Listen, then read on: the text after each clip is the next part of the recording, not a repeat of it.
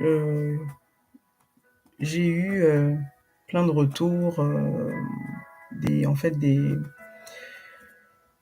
messages, enfin des emails par rapport au thème, par rapport à ce thème-là et je voulais, aller un peu plus en profondeur, voir un peu chaque blessure, leur schéma mental, chaque blessure, comment les manifestations se passent en donnant même des exemples concrets.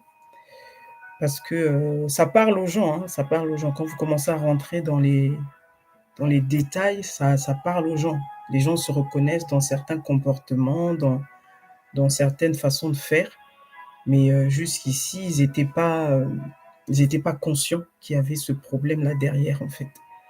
Qu'ils sont comme ils sont. Ils savent même pas pourquoi ils sont comme ils sont et nous tous, ben, on est passés par là parce qu'effectivement, tous, on ne savait pas qui on était, tous, on subissait un peu.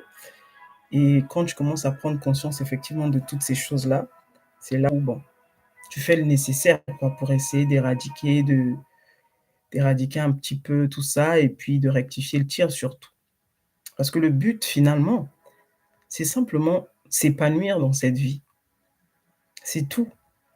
On souffre, on a mal, on est triste, on n'arrive pas à ceci, on n'arrive pas à cela, mais en réalité, c'est juste, heu, comprendre un peu le mécanisme de les mécanismes de la création, de comment fonctionne ce monde, qu'est-ce qu'il y a derrière tout ça et comment tu fonctionnes, comment je fonctionne, comment nous fonctionnons. Et une fois que tu as les bases, une fois que tu as les fondamentaux, une fois que tu as compris, c'est en fait, tu ne fais qu'appliquer.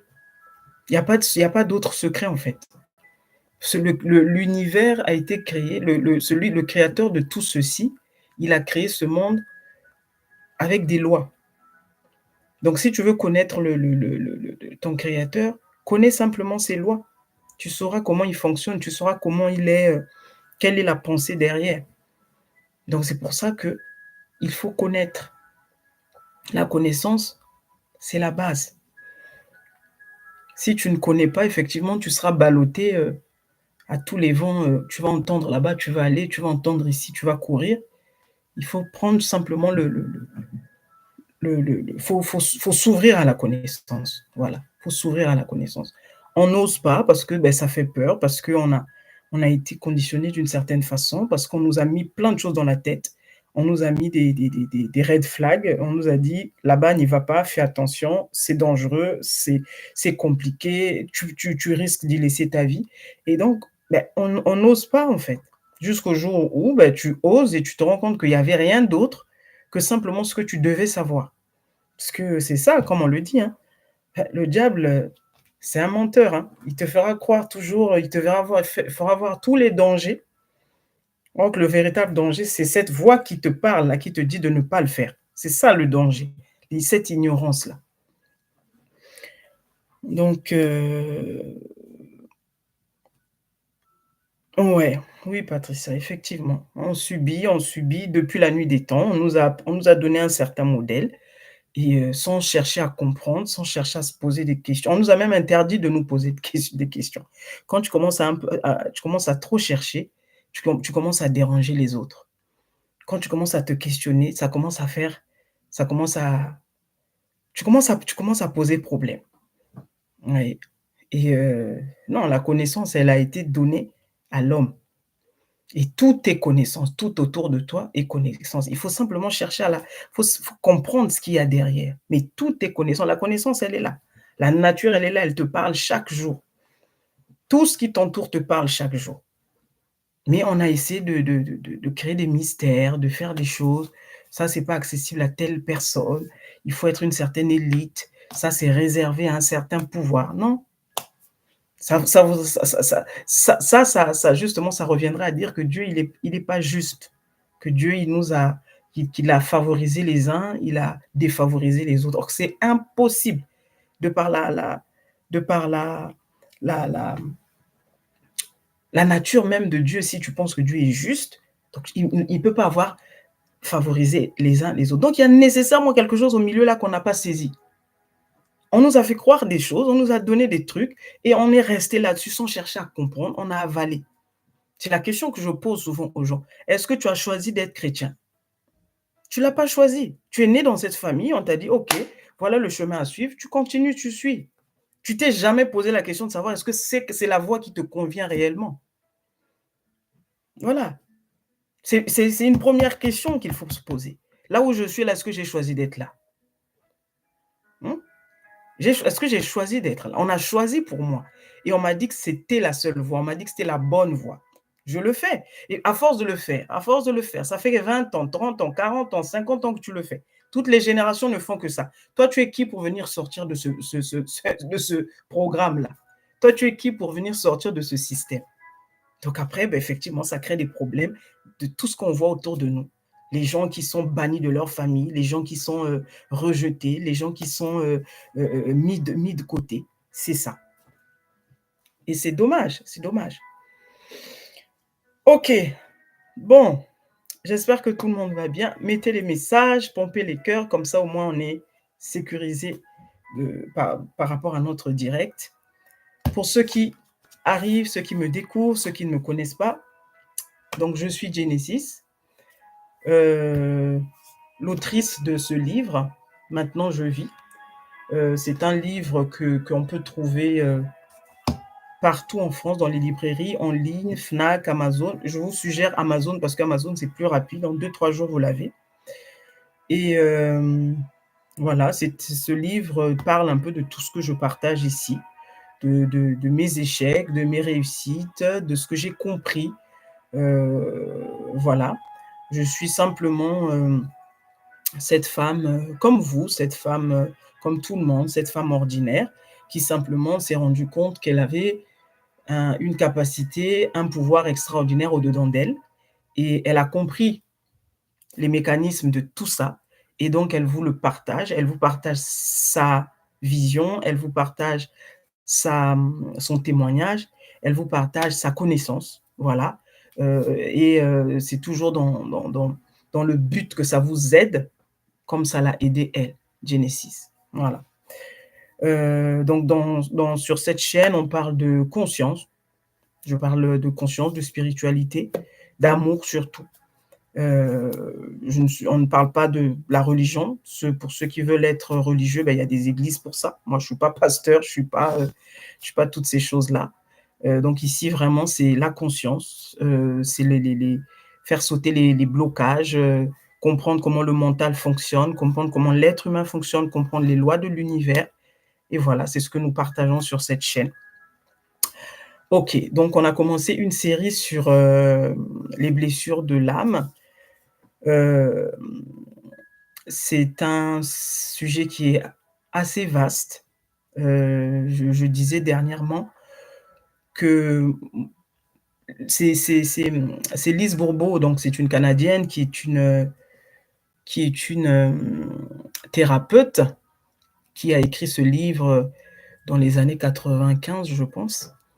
Et moi, quand j'ai pris connaissance de mes blessures, j'avais jamais lu ce bouquin. J'avais jamais lu ce bouquin, mais c'est après que j'ai su que ce bouquin, ces choses-là existaient déjà. Donc moi, j'ai eu le privilège, je dois dire ça comme ça, d'avoir, compris ces choses-là par moi-même. Je n'ai pas lu de bouquin, je n'ai pas, été voir quelqu'un qui me les a enseignés.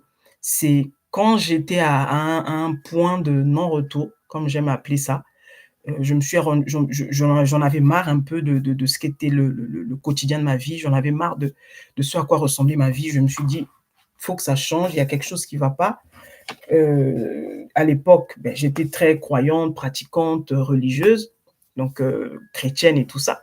Et donc, je ne comprenais pas ma vie et je pose des questions comme ça, je me retrouve dans ma chambre, je suis en colère un peu contre l'existence, je suis en colère contre la vie, je suis en colère contre ce Dieu s'il existe, mais pourquoi je vis ce que je vis? Pourquoi? Pourtant, j'ai l'impression d'être une bonne personne, pourtant j'ai l'impression de faire bien les choses, pourtant j'ai l'impression d'aller dans la bonne direction. Pourquoi c'est toujours hyper compliqué? Pourquoi c'est toujours difficile? Pourquoi ça ne peut pas être plus simple? Pourquoi j'ai l'impression que c'est toujours cette lutte interminable et donc j'ai eu cette expérience, mystique, hein, moi je l'appelle comme ça. J'étais dans ma chambre, donc en train de me questionner sans trouver de réponse à mes questions et là j'étais, on a mis une projection sur le toit, enfin pas le toit, le plafond de là où j'étais. Il était je crois 2 heures du matin et là j'ai commencé à voir ma vie défiler. Donc j'étais tétanisée sur mon lit, je pouvais plus bouger, je pouvais plus parler, je pouvais faire aucun mouvement, mais j'avais juste ma conscience qui était là. C'est comme si on te dit: «Regarde». Donc tu peux plus bouger, tu peux plus rien faire. Et donc là, j'étais en train de regarder, ce plafond-là. C'est comme si on était en train de faire défiler toutes les étapes de ma vie, de l'enfance à l'adolescence jusqu'à l'âge que j'avais à l'époque et hem et donc j'ai eu les réponses à mes questions ce soir-là, cette nuit-là et et ça a duré, allez, 4 heures parce que ça avait commencé, je crois, vers 2 heures du mat et j'ai repris conscience de mon corps, il devait être 6 heures. Donc c'est là où j'ai compris que le temps n'existe pas parce que je l'ai vécu dans ma chair, dans mon être entier, je l'ai vécu. Je me suis dit: «Waouh!» Donc j'avais l'impression que ça avait duré, allez, 2 minutes, hein, mais quand j'ai repris conscience de mon corps, je me suis rendu compte que ça faisait 4 heures que j'étais là, en fait, dans cette posture-là. J'ai dit: «Mais c'est pas possible» et donc c'est ça, c'est effectivement ça et c'est ce soir-là que j'ai eu, les réponses que je cherchais et que j'ai eu connaissance justement des blessures parce qu'on m'expliquait notamment pourquoi j'étais comme j'étais, pourquoi j'avais le caractère que j'avais, pourquoi je raisonnais comme je raisonnais, pourquoi j'en étais là où j'étais, pourquoi j'ai fait les choix que j'avais faits. Et quand je suis sortie de cette expérience ce matin-là, on m'a dit: «Prends écris tout ce que tu as entendu, mets-le dans un livre, ça aidera du monde». Donc c'est ça, c'est cette expérience qui a donné naissance à ce livre. Voilà, c'est cette expérience qui a donné naissance à ce livre, en fait. Voilà. Donc c'est grâce c'est ce soir-là, j'avais eu plein de choses, un téléchargement de beaucoup de choses et on m'a dit: «OK, mets ça dans un livre». Vous voyez?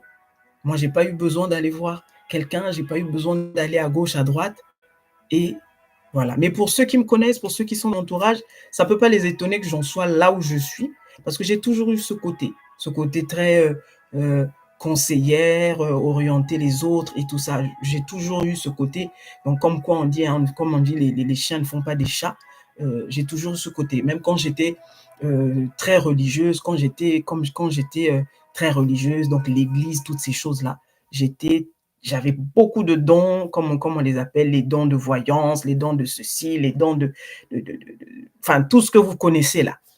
J'avais déjà tout expérimenté, les rêves, l'explication des rêves, toutes ces choses-là et beh, ça a juste changé de forme, ça a juste changé de niveau, ça a juste changé j'ai juste changé de cap, en fait. Donc c'est pour ça que moi je peux me reconnaître en tout, en fait. Quand les gens parlent d'une certaine façon, je peux parler leur langage. Je je je suis pas pour pour la pour le rejet de l'autre, bien en je suis pas pour l'exclusion. Je suis vraiment beaucoup plus pour on doit à chacun sa voix, OK? Il y a pas une voix qui est meilleure que que l'autre. C'est juste, c'est sûr qu'il y a une voix qui sera meilleure pour toi. Ça, c'est sûr. Si c'est être chrétien, reste chrétien. Si c'est être musulman, reste musulman. Si c'est être athée, reste athée. Ça, tout ça là, c'est que des définitions que l'homme a données. C'est sûr qu'il y a un chemin dans lequel tu vas t'épanouir. Mais ton chemin là, il est bon pour toi, mais c'est pas le meilleur il est meilleur par rapport à rien en fait.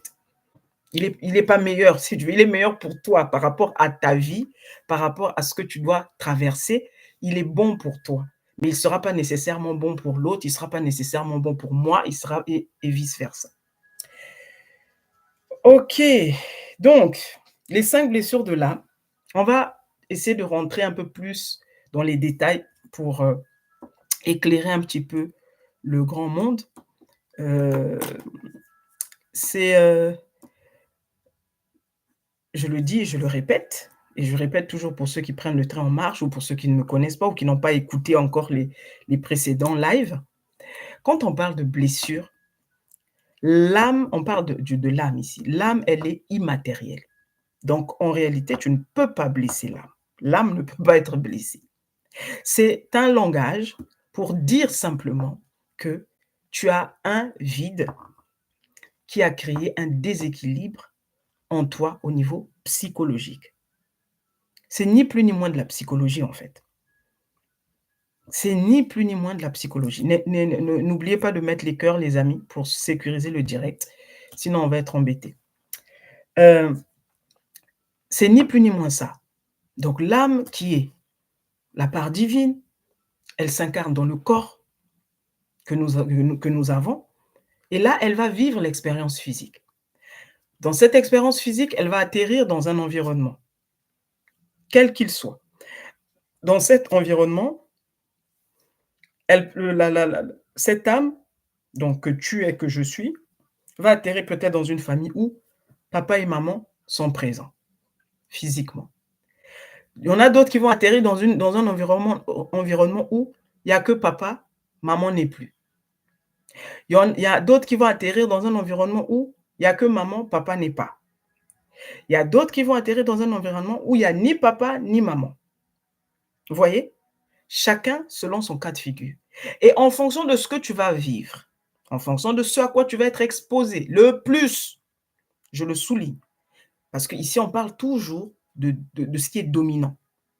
La vibration, elle commence à créer quand elle est élevée, quand elle est haute. C'est pour ça qu'on te dit il faut vibrer haut.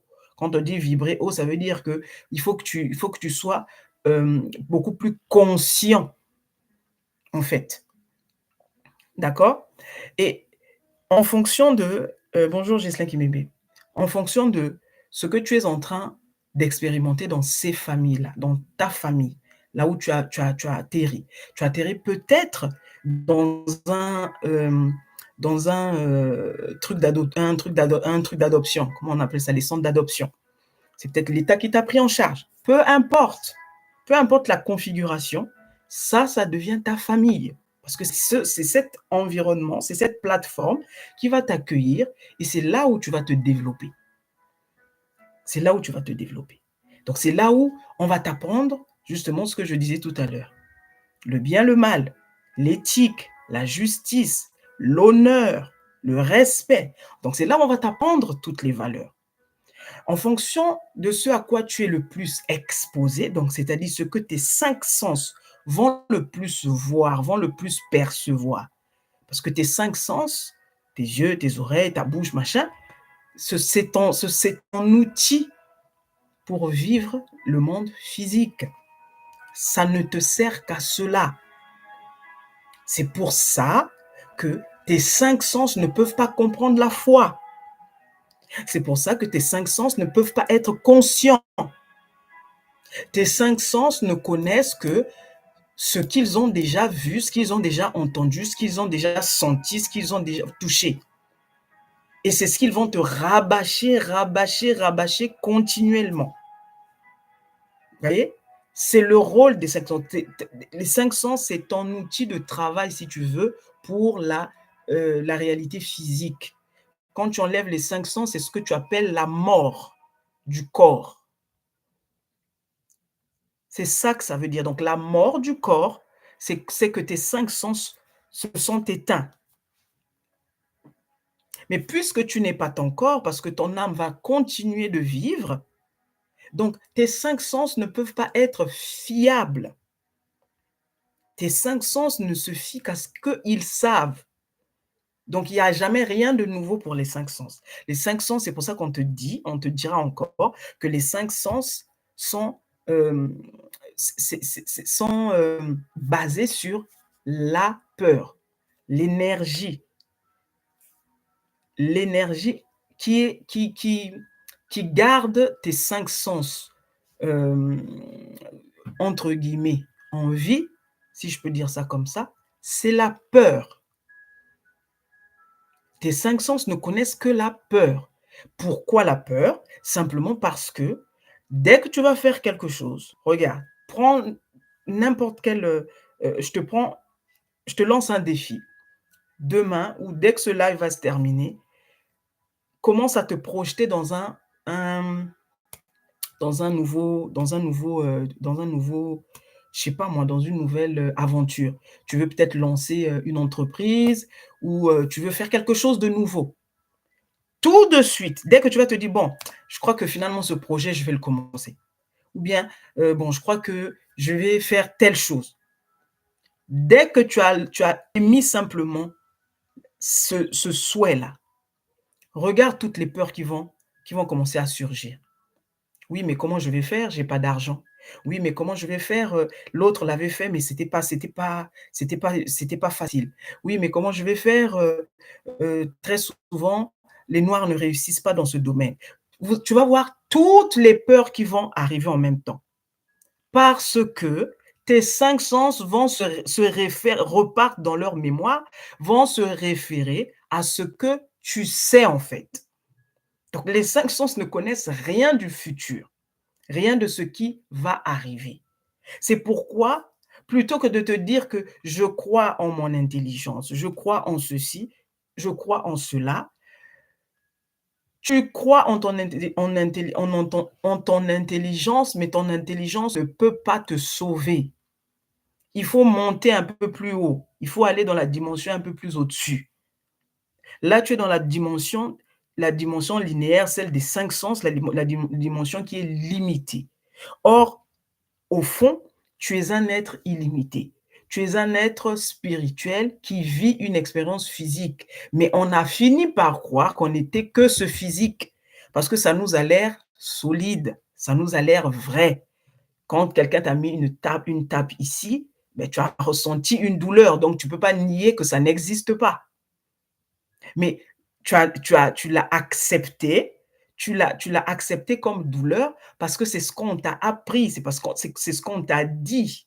Si on t'avait appris que le fait de ressentir cette claque, c'est ça te faire du bien, tu penserais dans l'autre sens.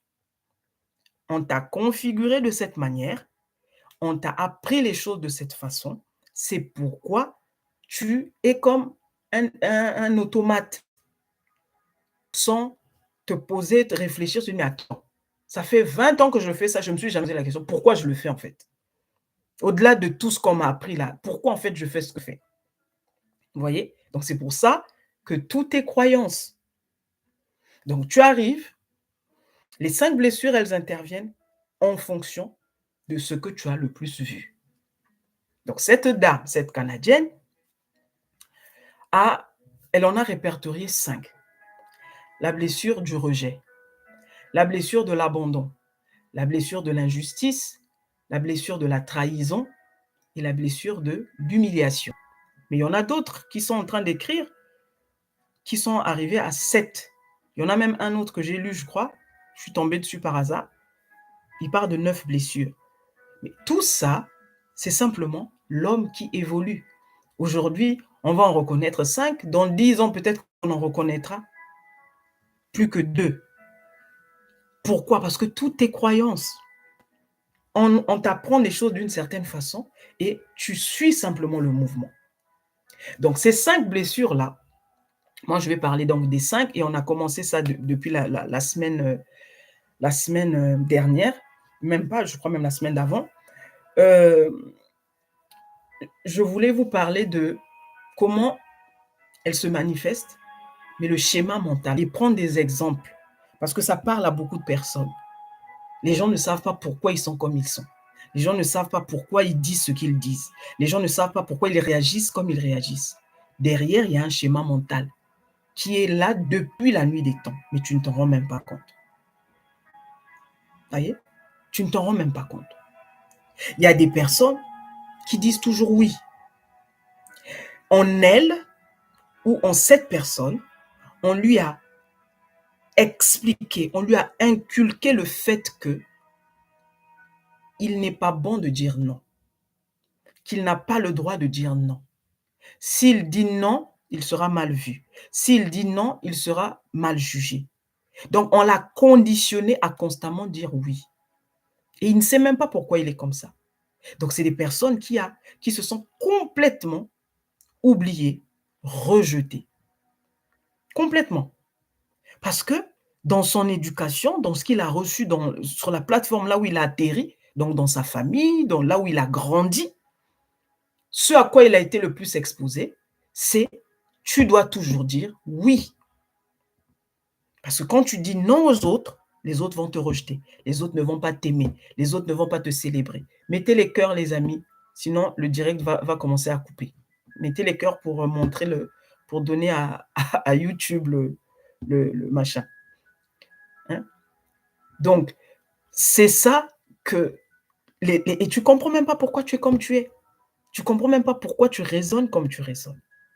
D'autres vont te dire, non, mais moi, je suis comme ça. Tu n'es pas comme ça. Le bébé qui est sorti du ventre de sa maman, quand il a 2 jours, quand il a 3 jours, il n'a pas de conditionnement encore. Le conditionnement commence quand la conscience de l'autre intervient en lui. Quand il sait que ça, c'est mon père. Quand il va te regarder, il va te faire un sourire parce qu'il te reconnaît. Là, il y a une conscience qui commence à s'installer en lui parce qu'on est en train de lui apprendre. Ça, c'est papa, ça, c'est maman, ça, c'est mon frère, ça, là-bas, c'est ma grande sœur. Et parce qu'il commence à être dans cela, l'enfant commence à se développer. L'enfant commence à se développer. Et tu vas commencer à lui montrer, attention au feu, le feu, ça brûle, il ne faut pas toucher le feu. Il ne faut pas mettre le doigt dans les prises d'électricité parce que c'est du courant. Il ne faut pas faire ci, il ne faut pas faire ça. Donc là-dedans, l'enfant est en train de découvrir. Mais il découvre quoi? Il est en train de découvrir le monde que tu lui donnes. Il est en train de découvrir ce que toi, tu lui donnes. Est-ce que ce que toi, tu lui donnes, c'est la vérité ultime? C'est la vérité absolue? Absolument pas. Tu vas lui donner ce que toi-même tu as reçu. Toi, tu as appris d'une certaine manière, tu vas donner à ton tour à ton enfant ce que tu as appris. Parce qu'on ne peut pas faire autrement. Jusqu'à ce que tu prennes conscience qu'il y a quelque chose qui ne va pas dans tout ceci, et là, tu fais de nouveaux choix. Et là, tu décides de changer de perception. Et là, tu décides de changer ta façon de faire, ta façon de voir les choses, ta façon de décider. OK? On va commencer par la blessure du rejet. J'ai pris des notes parce qu'il y a tellement à dire. On va commencer par la blessure du rejet. La blessure du rejet, comme son nom l'indique, c'est les personnes qui se sentent tout le temps, toujours rejetées. C'est le sentiment d'être repoussé, rejeté, méprisé, mis à l'écart. Dans les relations sociales, dans les relations professionnelles, dans les relations familiales, amoureuses, c'est des gens qui ont l'impression qu'on ne les calcule pas. Ils sont mis de côté, des personnes qui ont très peu d'estime. Mais c'est dû à quoi en fait? Ça peut être, et comment dire, les exemples, c'est jamais définitif. Hein. Ne restez pas accrochés. Ah non, parce qu'on a dit ça, parce que c'est pas dans telle liste, donc je ne suis pas dans ça. Non. D'abord, il faut savoir que on a quasiment toutes les blessures, on les a. Chacun de nous, on a un peu de toutes ces blessures-là. Il y en a qui vont être plus prononcées que d'autres en fonction de ce que tu as vécu. Mais on les a tous, quasiment toutes. On les a quasiment toutes. Le rejet, la trahison, l'humiliation, l'injustice, l'abandon et tout ça. On les a quasiment toutes. Donc, c'est pas une... on fait pas de la concurrence. Hein. C'est vraiment pour comprendre comment on fonctionne, comment les choses se passent en nous, en fait. Et pour se sentir mieux, pour faire ce qu'il y a à faire et pour se sentir mieux. Donc, la cause de ce rejet-là, tu vas te sentir rejeté, tu vas te sentir repoussé, méprisé, mis à part, mis de côté. Pourquoi? Souvent, enfant non désiré. Grossesse qui arrive, paf, tu annonces au monsieur, le monsieur dit « j'étais pas prêt ». Ça devient source de conflit. L'enfant le ressent, parce que l'enfant, c'est pas juste un corps, c'est une âme. C'est une âme que tu transportes dans ce corps. Donc, quand l'enfant va naître, même lui-même ne saura pas, ne comprendra pas. Surtout si, par la suite, les gens autour ou la famille, le papa en question ou la maman rappelle à l'enfant, pardon, rappelle à l'enfant que il était il était justement pas désiré, ça va venir encore mettre le doigt sur la blessure. Donc l'enfant non désiré, les violences verbales, psychologiques, maltraitance, remarques désobligeantes. Vous savez, toujours, on te fait des remarques devant les gens, tes parents te font des remarques devant tes gens. En fait, comme on dit, on te fout la honte devant les gens, quoi. Tu vas, hem, tu vas, tu dois toujours, c'est comme si tu te trouvais c'est comme si on t'accuse constamment. Tu te retrouves, par exemple, comme tu te sens comme dans un tribunal et on le fait d'une manière où on te on te on te rabaisse. En tout cas, tu te sens rabaissé. Heu, les parents négligents qui vont pas avoir trop de temps pour leurs enfants ou qui vont pas avoir trop qui ne seront pas beaucoup là, l'enfant peut l'interpréter comme un parent qui l'a rejeté. Le divorce des parents, surtout les divorces, c'est pas la peine. C'est-à-dire l'enfant, l'âme va interpréter ce divorce, le fait que du jour au lendemain, avant vous étiez une famille complète, du jour au lendemain vous devenez, papa habite là-bas, maman habite là-bas, ben, l'âme peut interpréter cela comme: «Attends, pourquoi papa est parti? Pourquoi maman est partie? Ah donc il m'a rejeté. Ah donc papa ne m'aime pas beaucoup. Ah donc papa m'a oublié». Vous voyez? Toutes ces choses-là et hem, ça va être difficile d'avoir des relations stables, des relations saines avec les autres, que ce soit en milieu professionnel, que ce soit en milieu, sentimental, que ce soit même familial. Les gens qui sont, touchés par la blessure du rejet se sentent incompris dans la famille. C'est des ils font bande à part. En fait, ils ils reproduisent le miroir de ce comment ils se sentent à l'intérieur. Il va se sentir rejeté, mais vous allez voir qu'il ne va pas vers les autres. Pourquoi il ne va pas vers les autres? Il a peur d'être jugé. Parce qu'il a une petite estime, une faible estime de lui-même. Il a peur qu'on lui fasse des remarques. Il a peur de ce donc c'est des gens qui ont très peu d'amis. C'est des gens qui sont dans leur petit coin. C'est des gens qui solitaires. Très souvent, très travailleurs. Ils vont être, à fond dans le travail, mais travailler, travailler, travailler. En fait, c'est pour noyer un peu ce pour ne pas faire, pour ne pas prendre conscience du mal-être qui est en eux. Donc ils vont se tuer dans le travail. Vous voyez? Donc c'est des personnes qui vont faire bande à part. C'est des gens dans la famille se disent que moi, on me comprend jamais. De toute façon, je peux expliquer ça à ma mère, je peux expliquer ça à mon père, il ne me comprendra jamais. Vous voyez?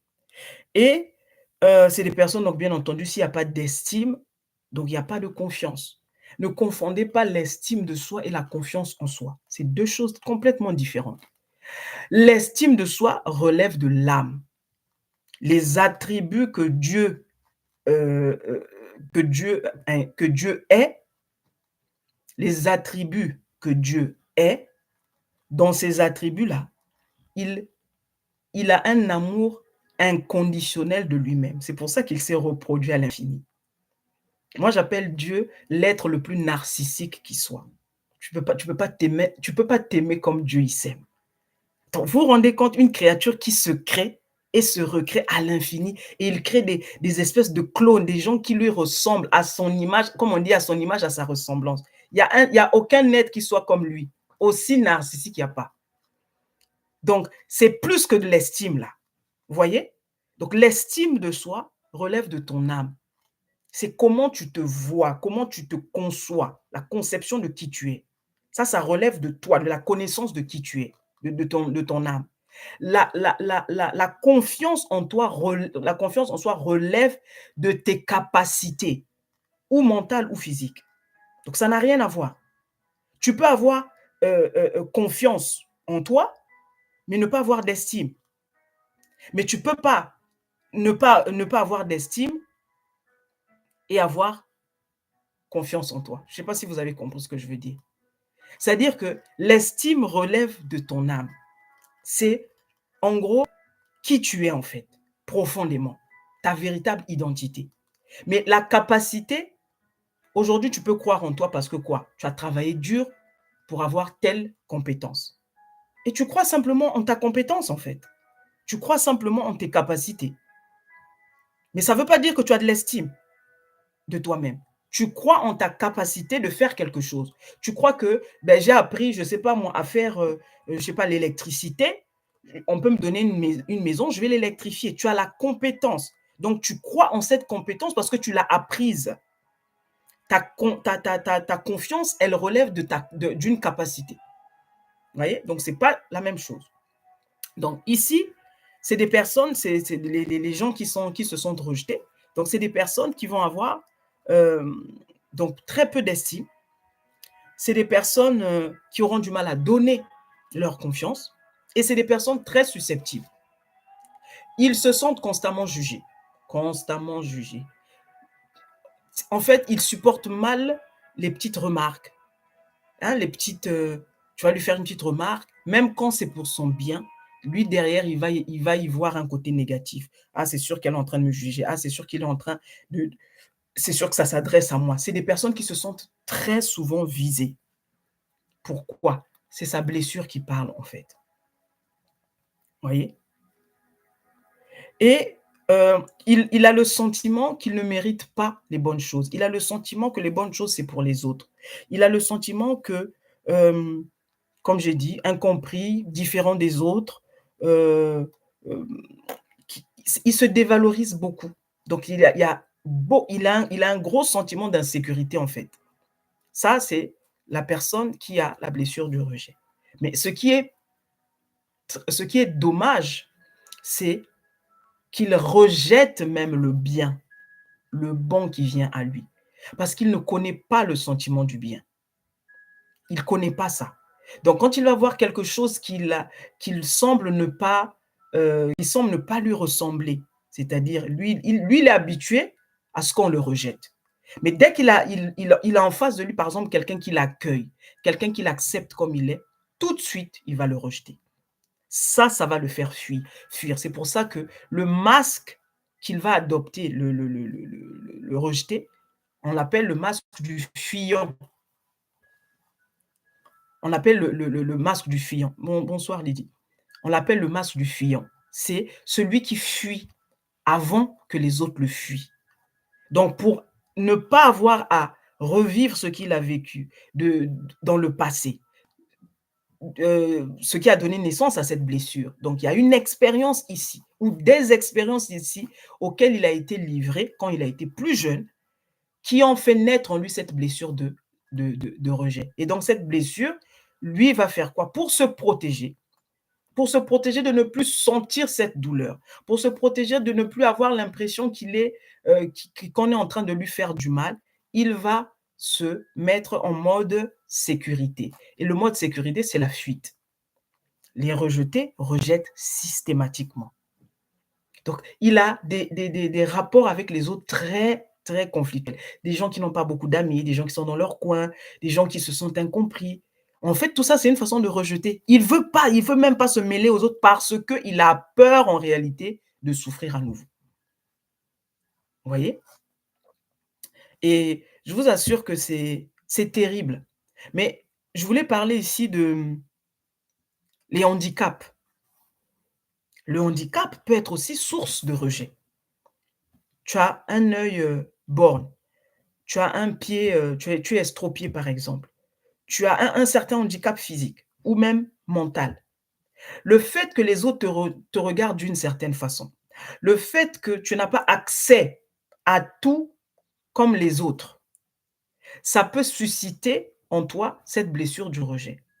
Donc les personnes par exemple qui bégayent, les personnes qui ont les malentendants, les muets, les sourds, enfin tout ça là, ou peu importe toutes sortes de handicaps, ça peut créer aussi la blessure du rejet parce que déjà, on vit dans une société où on a classifié les gens. Vous voyez? À la limite, quelqu'un qui est handicapé n'est pas normal. Ça, c'est selon le regard du monde. Donc, cette personne qui va naître dans cet environnement où il va toujours se sentir différent des autres, ça peut faire naître en lui cette blessure de rejet aussi. Vous voyez? Voilà. Et ça, c'est pour le rejet. Maintenant, comment on le décèle? Ben, il faut s'observer. Il faut s'observer. Pour toutes les blessures, ça va être la même chose. Ce qui se répète. Je vous ai dit, la répétition, c'est le signe qu'il y a quelque chose qui ne fonctionne pas. C'est le signe qu'il y a quelque chose qu'il faut revoir. C'est le signe qu'il y a quelque chose qu'il faut faire différemment. Sinon, ça ne se répéterait pas. Et la justice de ce créateur-là, justement, c'est que tant que tu n'as pas pris conscience, tu repasseras par la même expérience s'il faut 1000 fois. C'est pas comme dans la vie physique où tu peux sauter des classes, tu peux faire ci, tu peux pas, tu peux prendre des raccourcis. Avec la vie, c'est pas ça. Tu passes forcément par cette difficulté, ce que tu appelles difficulté ou cet obstacle-là. Tant que tu ne l'as pas surmonté, il sera toujours là, mais sous une autre forme. La forme va changer. Comme je dis, les acteurs, les protagonistes vont changer, mais le fond reste le même. Donc, tu répètes ça depuis 5 ans, 10 ans, mais réveille-toi, mon ami. Personne ne va te sauver. Hein. Personne ne va te sauver. C'est pour ça que vous allez voir que les gens prient, on va prier un moment, on va avoir une réponse. Dès qu'on a la réponse, tout de suite après, on a l'impression que les mêmes choses reviennent. Vous voyez, on a l'impression que les mêmes challenges reviennent en fait. Parce qu'en fait, la prière là que tu as faite, tu as été conscient juste pendant le moment de cette prière-là. Et parce que tu as été conscient, ben, tu as appelé à existence ce que tu as demandé dans la prière. Mais le fond en toi n'a pas changé. Donc les mêmes choses vont revenir. Les mêmes choses vont revenir. Donc la vraie délivrance, c'est quand tu prends conscience de ce qui est à l'intérieur de toi, de ce qui est ta réalité, de ce qui est ta vie. Mais tu répètes en pensant que ça ira un jour par le claquement des doigts ou par, je ne sais pas, l'intervention de je ne sais qui.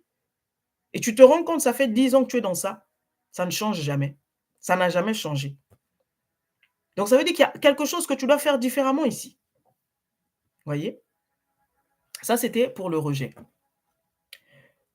Si vous avez des questions, posez en même temps. Parce que souvent, à la fin, je crois que, je ne sais pas si vous m'entendez ou pas, si vous avez en même temps posé les questions comme ça, s'il y a une question, je la note déjà et à la fin, j'y répondrai.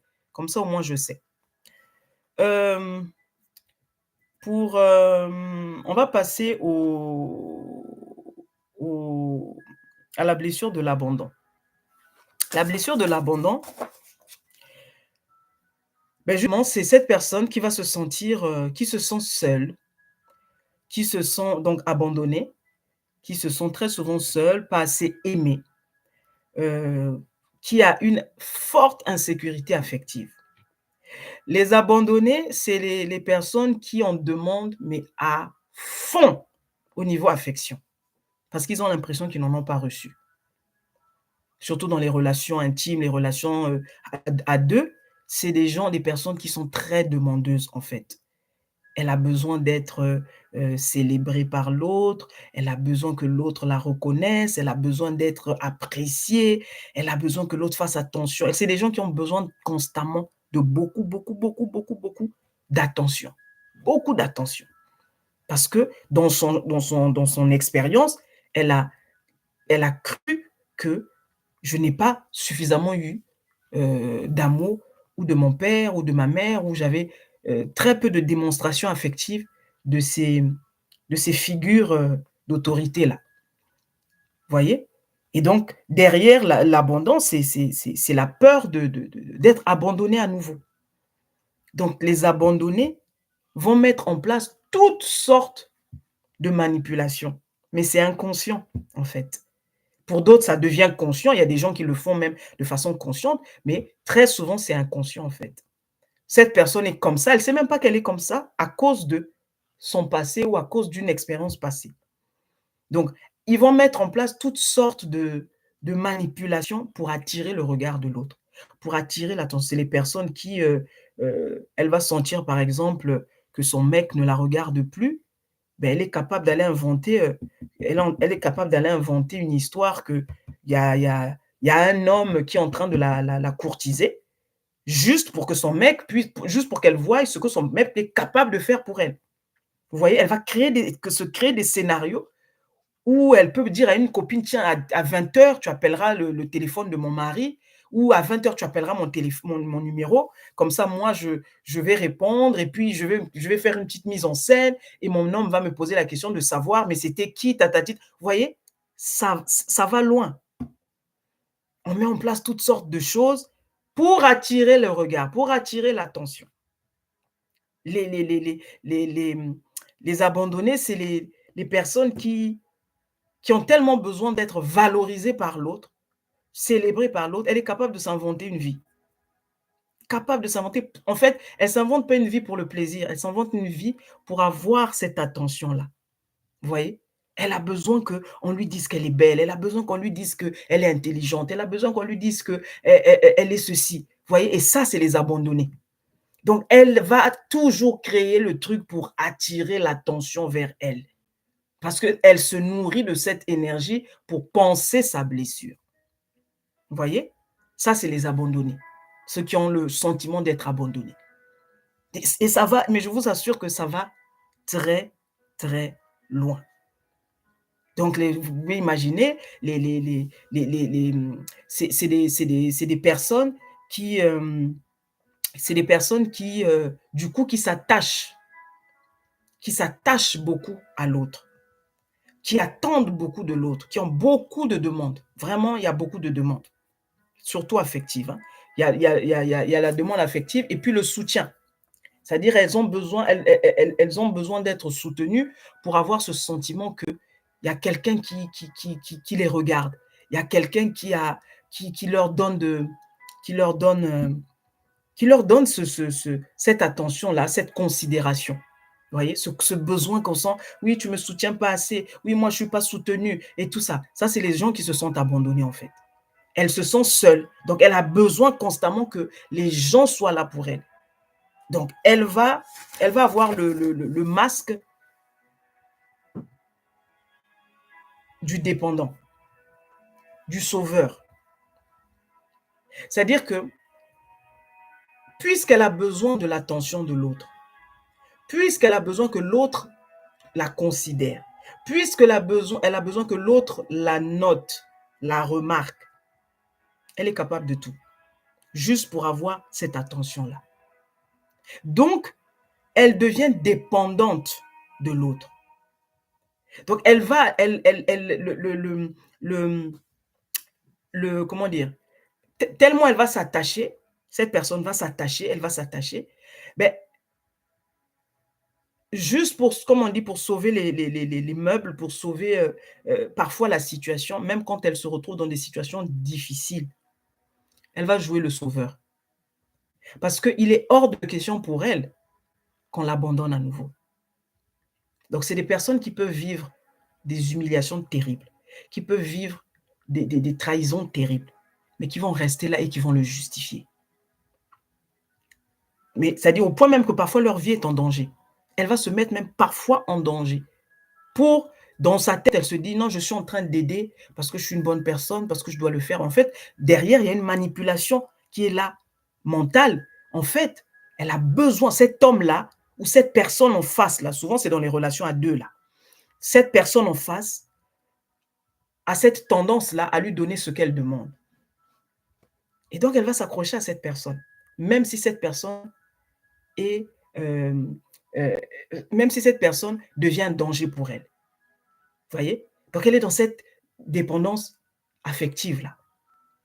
C'est pour ça que pour elle, son masque, on va l'appeler le masque du dépendant. Mais moi, j'ai ajouté sauveur. Parce que les abandonnés, très souvent, c'est des sauveurs. C'est ceux qui veulent aller à la rescousse de tout le monde, tout simplement pour avoir de l'acceptation. Pour qu'on la célèbre, pour qu'on lui dise bravo, pour qu'on lui dise c'était bien. Ah, grâce à toi, j'en suis arrivé là. Ah, merci beaucoup, ceci. Ah, si tu n'étais pas arrivé dans ma vie, je ne sais pas ce que je serais devenu. Vous voyez? C'est ce sentiment-là de que quelqu'un est là pour elle. C'est ce sentiment-là que quelqu'un a de l'attention pour elle. Donc la cause, c'est la cause de ça là, de la blessure de l'abandon, beh, donc c'est le manque d'affection, hein, qu'on n'a pas reçu, très souvent l'âme va interpréter cela comme un manque qu'on n'a pas reçu des parents. Souvent c'est un ou les 2 parents. L'absence physique ou psychique, l'une ou l'autre, parce que le fait d'être là, ça ne suffit pas, hein. Je vous le dis souvent, dans mes audios, je le dis souvent, dans ce que je partage, je le dis souvent. Ce qui importe, ce qui compte chez une personne, c'est d'abord le côté émotionnel, le côté psychologique. C'est d'abord ça qui fait ta personne. C'est pas ce que tu vas manger, c'est pas ce qu'on va t'acheter qui va faire que tu puisses être une personne équilibrée. Plus tu as eu, de l'amour, plus tu as eu de l'attention, plus tu as eu de la considération, plus tu as eu, de l'encouragement, ça va aller remplir ton quotient affectif. Mais si tu n'en as pas eu et qu'à côté, tu as un père qui t'achète tout ce que tu veux, qui te fait faire des voyages, tu seras mort à l'intérieur. Tu seras mort à l'intérieur. Donc ce qui compte d'abord en premier lieu, c'est le côté émotionnel. D'abord, le physique là, ce n'est qu'une, ce n'est qu'une conséquence, comme je dis souvent. Ce qui est visible là, ce n'est qu'une conséquence.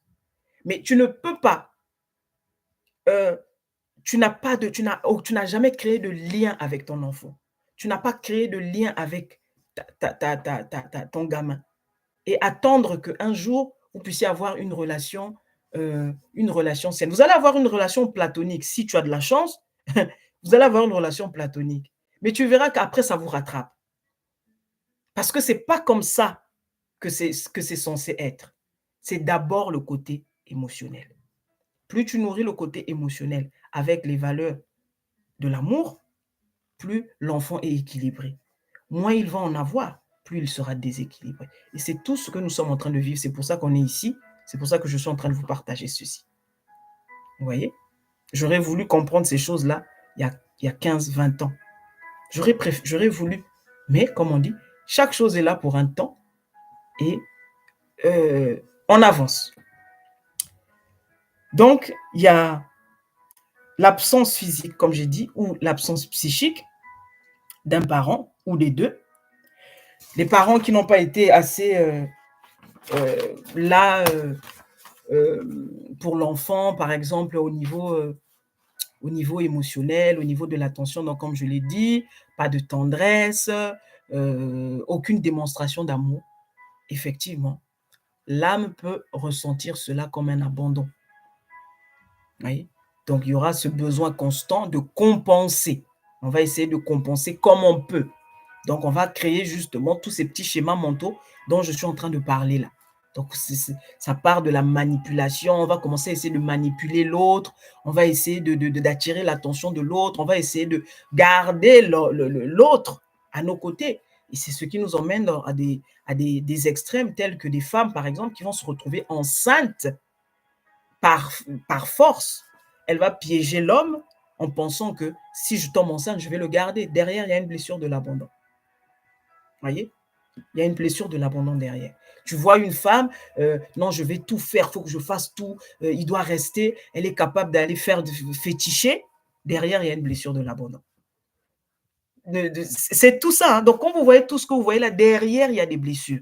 Il y a une blessure de l'abandon. Elle est en train de chercher comment faire pour retenir cette personne. Parce que son âme se sent blessée. Elle a besoin de compenser. Comment je compense? Ah ben, chacun y va avec ses moyens. Chacun fait comme il peut, comme on dit. Vous voyez? Son âme est blessée. Donc, elle va tout faire, tout faire, tout faire pour retenir la personne. Vous voyez?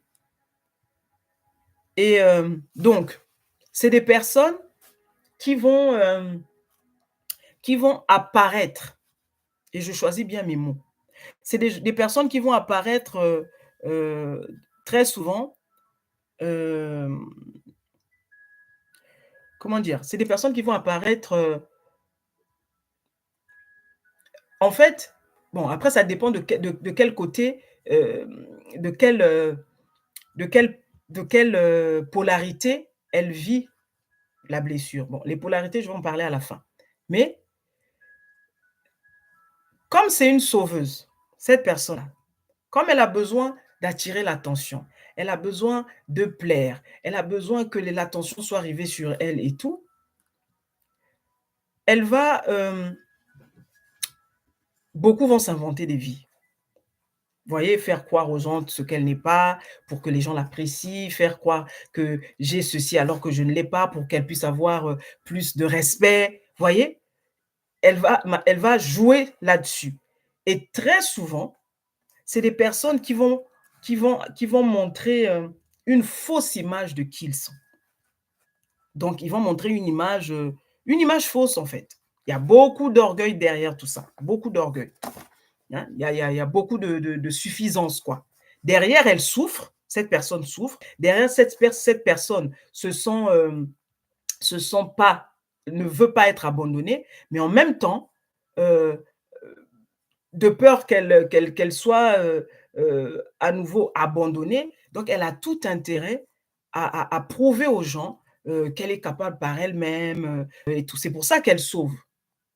Hein. Le côté sauveur ici, c'est pour avoir pour que les autres t'estiment d'une certaine façon, pour que les autres te mettent sur un certain piédestal. Voilà.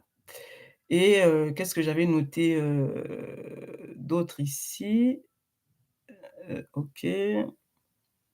Donc, oui, donc j'ai dit, il y a cet ego démesuré, tout faire pour se faire aimer de l'autre et malheureusement, ça va donner naissance à quoi? Ben, à des relations, ben, des relations toxiques. Tu vas attirer ben, ceux-là tu vas attirer des cas sociaux en fait.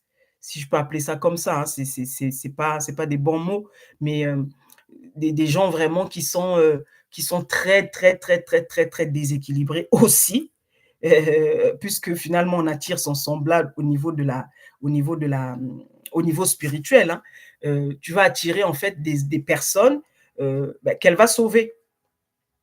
Mais elle va jamais se poser la question de savoir est-ce que je mérite, par exemple, d'être dans telle relation? Est-ce que je mérite d'être avec un type qui n'est là qu'en fait, finalement, qui n'est là que pour flatter mon ego? Vous voyez? Donc, c'est souvent des femmes ou des personnes qu'on va beaucoup flatter parce que c'est ce qu'elle veut, qu'elle aime entendre. Elle aime qu'on lui dise qu'elle est ceci, qu'elle est au top, qu'elle est machin. Et donc, parce qu'elle va entendre ça, ben, elle va attirer des gens qui viendront lui dire ça. Et malheureusement, après, elle va retomber de son échassier, là, du haut de sa tour d'ivoire, parce qu'elle va se rendre compte que ça n'a jamais été réel, que ça n'a jamais été la vérité, que c'est elle qui ne se connaît pas. Et donc, la réalité rattrape toujours. La réalité rattrape toujours. Et donc, en réalité, il y a une faible estime de soi, même si elle veut laisser croire elle est confiante, mais en réalité, derrière, il y a très peu de confiance. Donc, parce qu'il n'y a justement pas de confiance, on est obligé de trouver des stratagèmes pour laisser croire qu'on a confiance en soi. Or, en réalité, c'est tout le contraire, en fait. Toujours besoin de l'approbation des autres, besoin de reconnaissance et tout ça.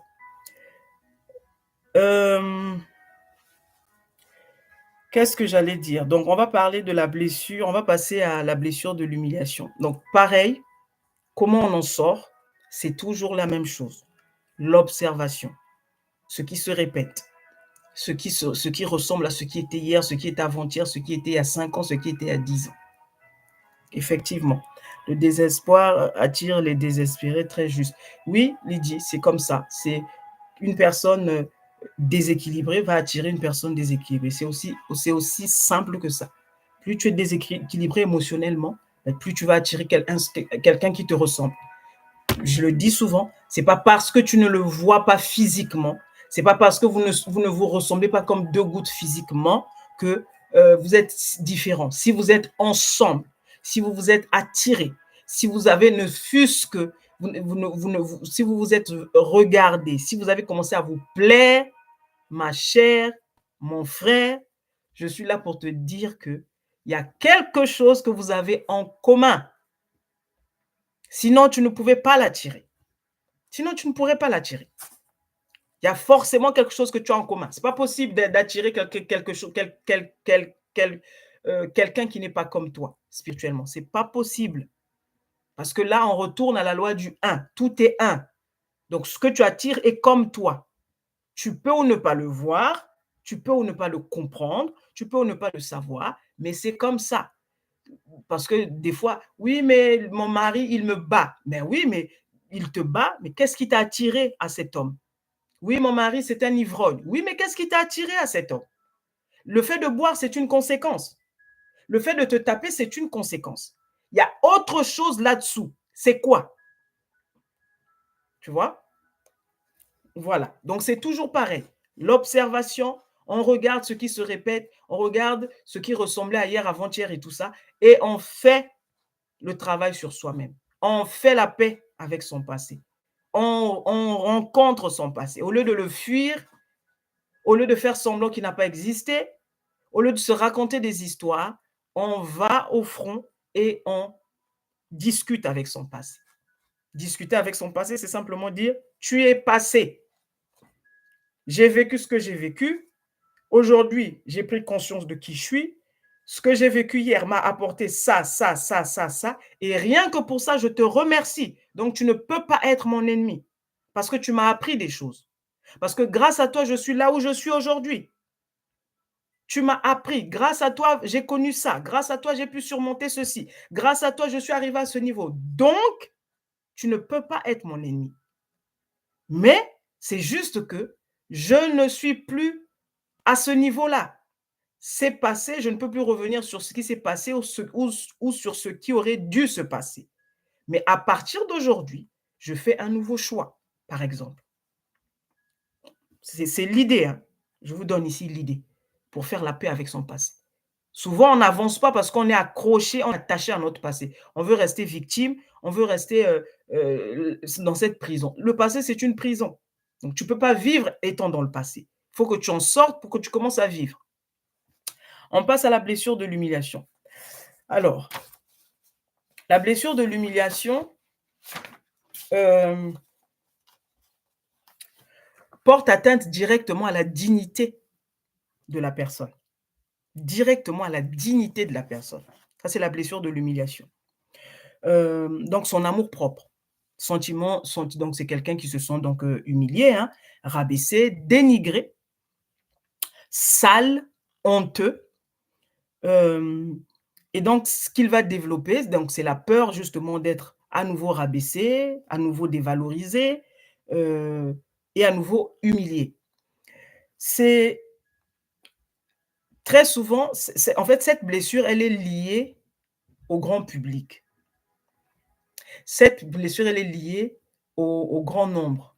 J'entends par là les enfants ou les personnes qu'on a souvent fait, par exemple, on t'a humilié, donc on va utiliser le verbe ici, humilier. On t'a humilié devant tout le monde.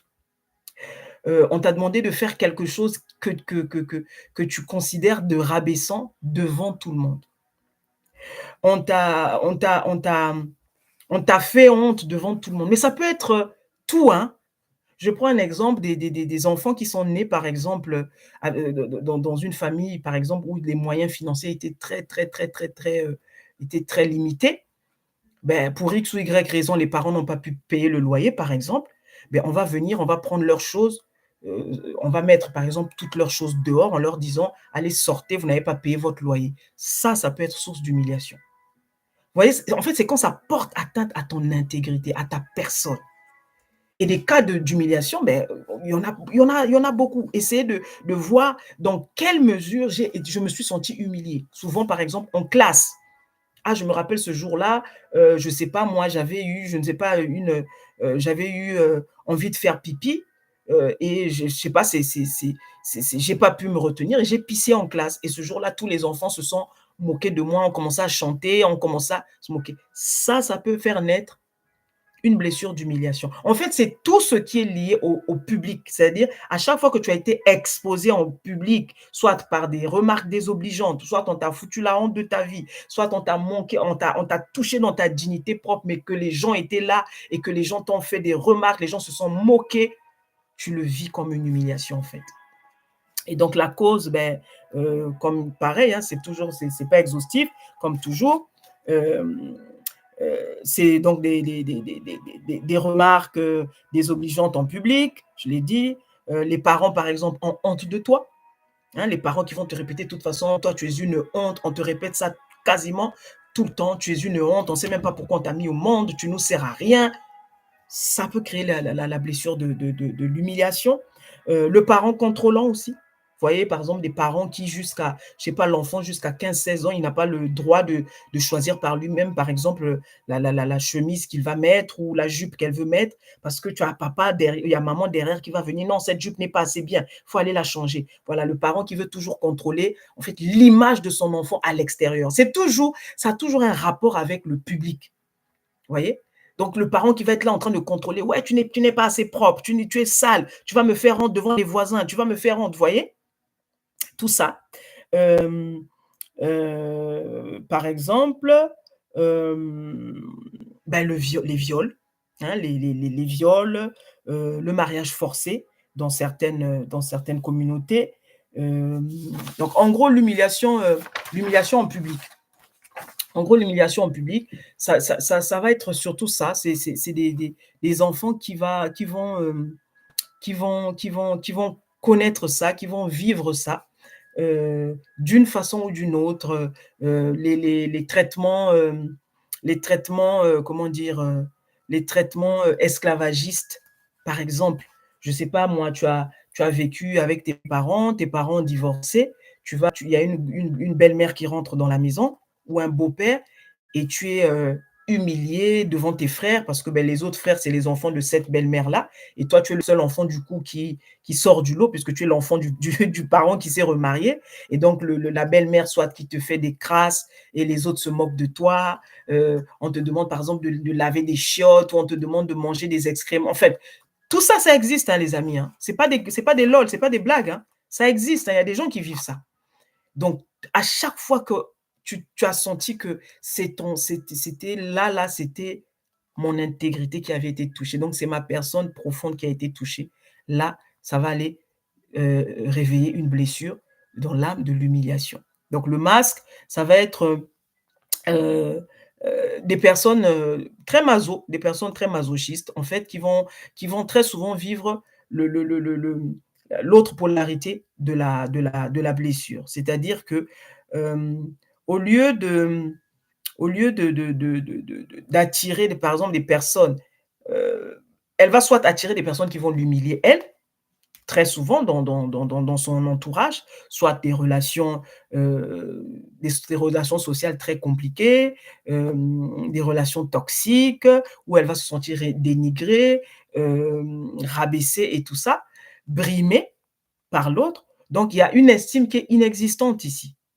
Inexistante. Il n'y a pas d'estime. C'est-à-dire, pour lui, je suis même mieux, je suis là, mais je n'existe pas, en fait. Parce qu'il y a ce rappel de ce qu'il a vécu par le passé.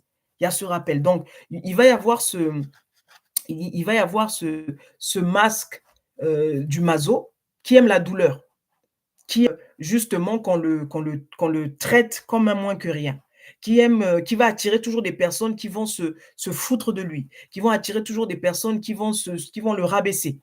Et à la limite, il va tourner il va tourner sa vie en dérision. C'est des personnes qui facilement parlent d'eux euh, en mal, mais en le faisant passer pour une petite blague. Vous voyez? C'est des personnes qui se moquent d'eux-mêmes, mais qui le mettent qui le disent avec le ton de l'humour, en fait. Hein. Souvent, il y a des gens, vous voyez, ils vont dire, ah, ben, de toute façon, de toute façon, moi, je suis un foutu, hein, moi, il y a rien de bon qui peut sortir de moi. Et là, elle fait une petite blague et il se met à rire. En fait, derrière ça, il s'humilie lui-même, en fait. Vous voyez? Il est en train de s'humilier lui-même parce que il se dit que, de peur que l'autre le fasse, il le fait. Un peu comme le rejet faisait, au lieu que l'autre vienne le rejeter, c'est lui qui te rejette en premier. L'humilier, c'est pareil. Donc, il va attirer beaucoup des gens, pareils, des cas sociaux comme, en fait, des cas sociaux comme lui, ou soit qui viendront le rabaisser, ou c'est lui alors qui sera le bourreau ici qui va rabaisser. Et c'est notamment souvent les hommes, par exemple, dans les relations, les hommes ou les femmes qui vont, par exemple, continuellement rabaisser leur conjoint. Derrière, il y a une blessure de l'humiliation. Il te rabaisse même dans les mots. Quand il sort des mots, il n'y a jamais un mot qui te glorifie. Il te fait voir que tu n'es rien. Il te fait voir que tu es de la merde. Il te fait voir que tu ne pourras rien sans lui. Il te fait, voilà, ça c'est la blessure de l'humiliation qui agit comme ça. Donc, il a besoin de le faire avant que toi, tu ne le lui fasses. Donc, il se protège de cette manière. Donc, il va t'humilier, il va te rabaisser, il va te mettre dans la tête que tu n'es rien sans lui, que tu peux aller nulle part sans lui. Vous voyez? Ça, c'est les humilier. Donc, ils ont besoin de constamment humilier les gens. Mais en fait, c'est des personnes qui sont dans le fond très, très, très hypersensibles, hein, qui sont machin, mais qui, comment on dit ça, qui malheureusement ne savent pas comment sortir de ce truc-là, en fait. Les humiliés, c'est des personnes très, très, très sensibles qui, effectivement, ils vont être touchés par la moindre petite remarque. Ils ont toujours l'impression que tu vas les humilier. Ils ont toujours l'impression que ce qui va se dire, c'est contre lui. Voilà, c'est des personnes qui sont très, très, très, très, très sensibles, en fait. Et pareil, hein, c'est toujours la même chose. Observe-toi, commence à regarder qu'est-ce que tu as vécu dans le passé qui ressemble à ça? Qu'est-ce que tu as vécu qui t'a fait vivre ça? Et au point que tu as cru que c'était ça ta vérité, et aujourd'hui ça t'a bousillé la vie. Aujourd'hui ça détruit toutes les relations que tu que tu as, et ça t'empêche de vivre simplement. Donc, il faut s'observer. Ça demande vraiment de l'observation, mais surtout de l'honnêteté. Surtout de l'honnêteté. L'histoire des blessures, c'est que très souvent, parce qu'on n'a pas connaissance de toutes ces choses-là, on va avoir du mal à accepter cela. On va avoir du mal, on va se dire, écoutez, non, moi je ne me sens pas concerné et tout ça. Tu commences à regarder les choses différemment quand tu te rends compte des répétitions. Tu dis, non, là, il y a quelque chose qui ne va pas.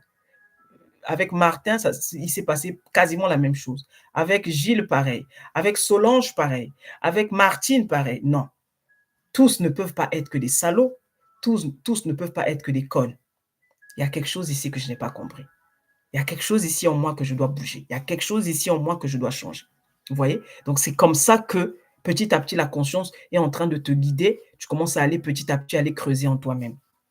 On va passer à la blessure de la trahison. La trahison, en fait, la blessure de la trahison s'oppose à la fidélité, qui est la qualité de quelqu'un qui respecte ses engagements. Donc, tout ce qui est trahison, c'est quand quelqu'un n'a pas respecté son engagement vis-à-vis de toi. Tout ce qui est trahison. Ça peut être une promesse que ton père t'avait faite, ta mère t'avait faite, ton frère t'avait faite, ton meilleur ami t'avait faite, ta sœur, et que cette promesse a été rompue par quelque chose. L'âme peut le vivre comme une trahison. Vous voyez? Et donc, il y a cette peur constante d'être trahi, d'être trompé, d'être déçu. Et le masque du trahi, c'est le contrôlant. C'est ceux qui ont réponse à tout là. C'est ceux qui ont réponse à tout, c'est ceux qui savent tout, c'est ceux qui ont toujours raison. C'est ceux c'est des intolérants en fait. Des personnes c'est par rapport à comment ils ont été constitués, par rapport justement à l'expérience qu'ils ont vécue, on leur a montré que on leur a montré que les choses doivent se faire que d'une certaine façon. Il n'y a pas une autre issue, il n'y a pas une autre porte, il n'y a pas une autre façon de faire. C'est comme ça et pas autrement. Donc, c'est des contrôlants.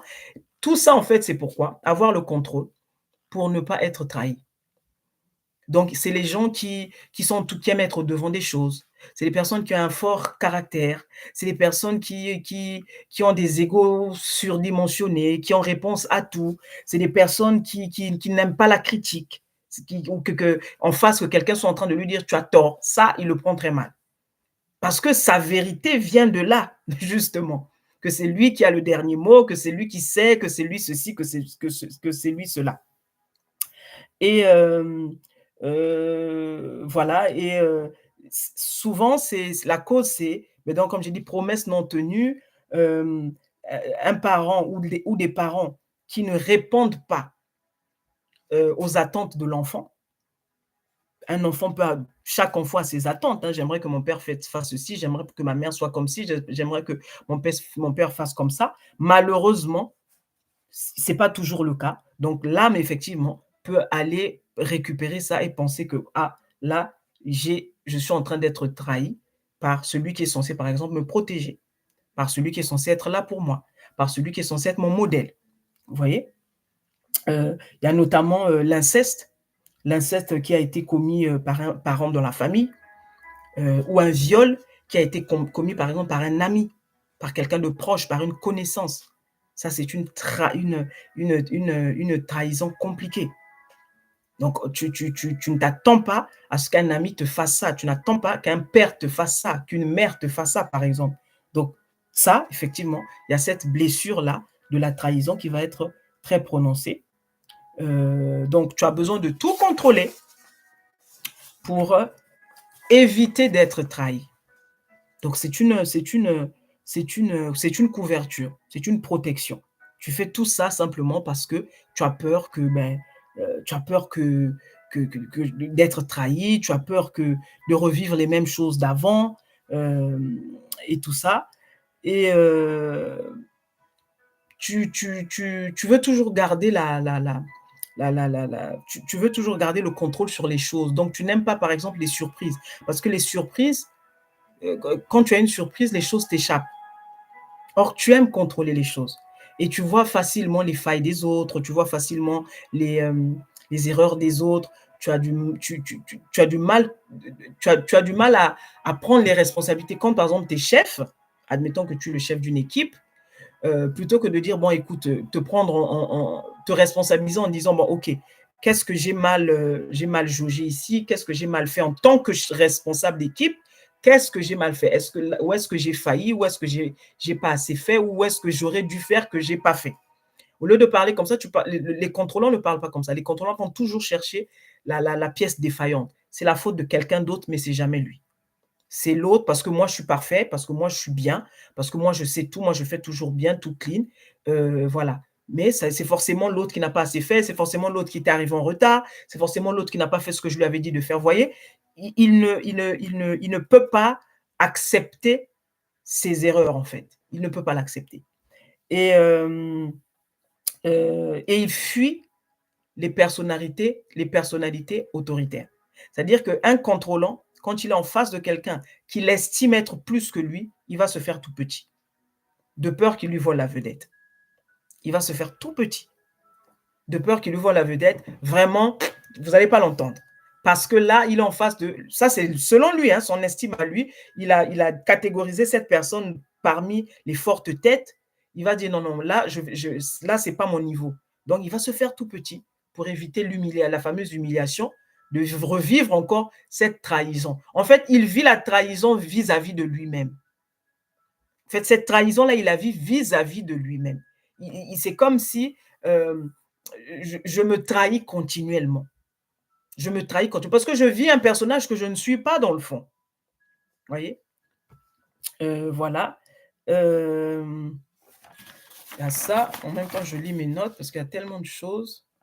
Et voilà, donc j'ai dit, c'est ça, c'est une personne à fort tempérament, caractère.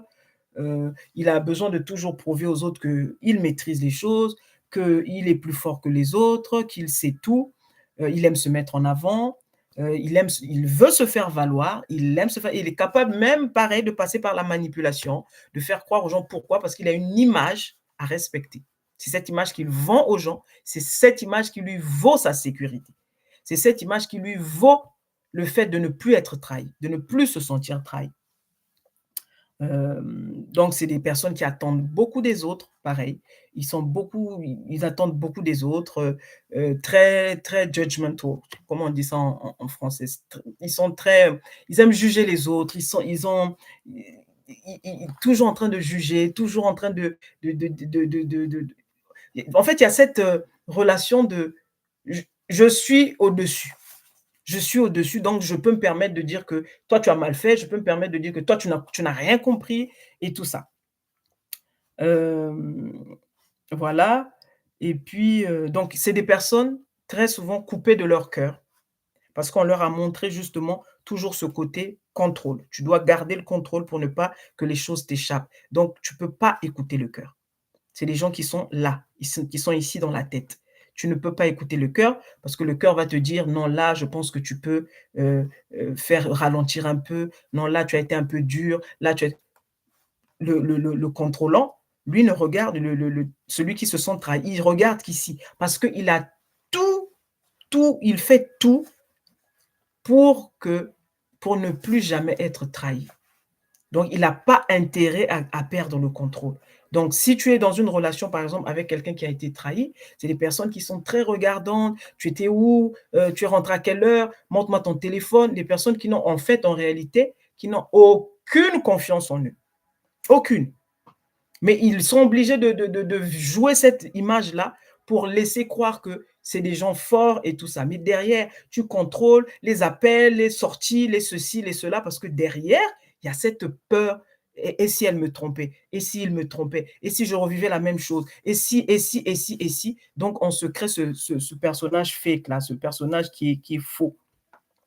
Voilà, donc pareil, observation. Toujours l'observation. Mais comme j'ai dit au début, on a quasiment tous les 5 blessures. Quasiment, on les a toutes. Chacun va les avoir plus prononcées dans un certain domaine par rapport à un autre, par rapport à ce qu'il a vécu. Tu vas avoir peut-être plus l'humiliation et l'abandon. Tu vas avoir peut-être plus l'injustice et le rejet. Tu vas avoir peut-être parfois 3, l'injustice, la trahison et le rejet. Mais il y en a une ou deux qui sont toujours plus prononcées que les autres. Mais les autres, on les a vécues. On a tous vécu une trahison un jour. On a tous été, on s'est toujours tous un peu senti humiliés une fois dans notre vie. Voyez? Mais c'est ce qui a été dominant, ce que tu as le plus vu, ce que tu as le plus entendu. Et on va finir avec la blessure de l'injustice. La blessure de l'injustice, c'est donc le sentiment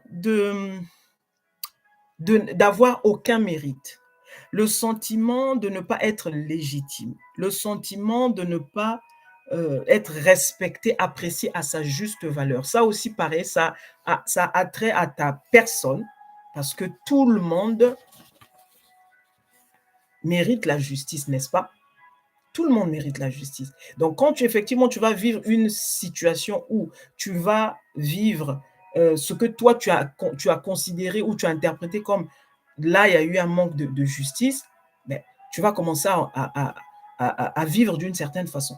Tu vas commencer à agir d'une certaine façon. Tu vas commencer à penser d'une certaine façon. Donc, c'est des personnes qui pensent ne pas être appréciées à leur juste valeur, qui pensent ne pas être respectés comme ils le méritent. Donc, ils se sentent imméritants, ils se sentent peu légitimes. Le masque, le rigide, c'est-à-dire celui qui est un peu comme le contrôlant, mais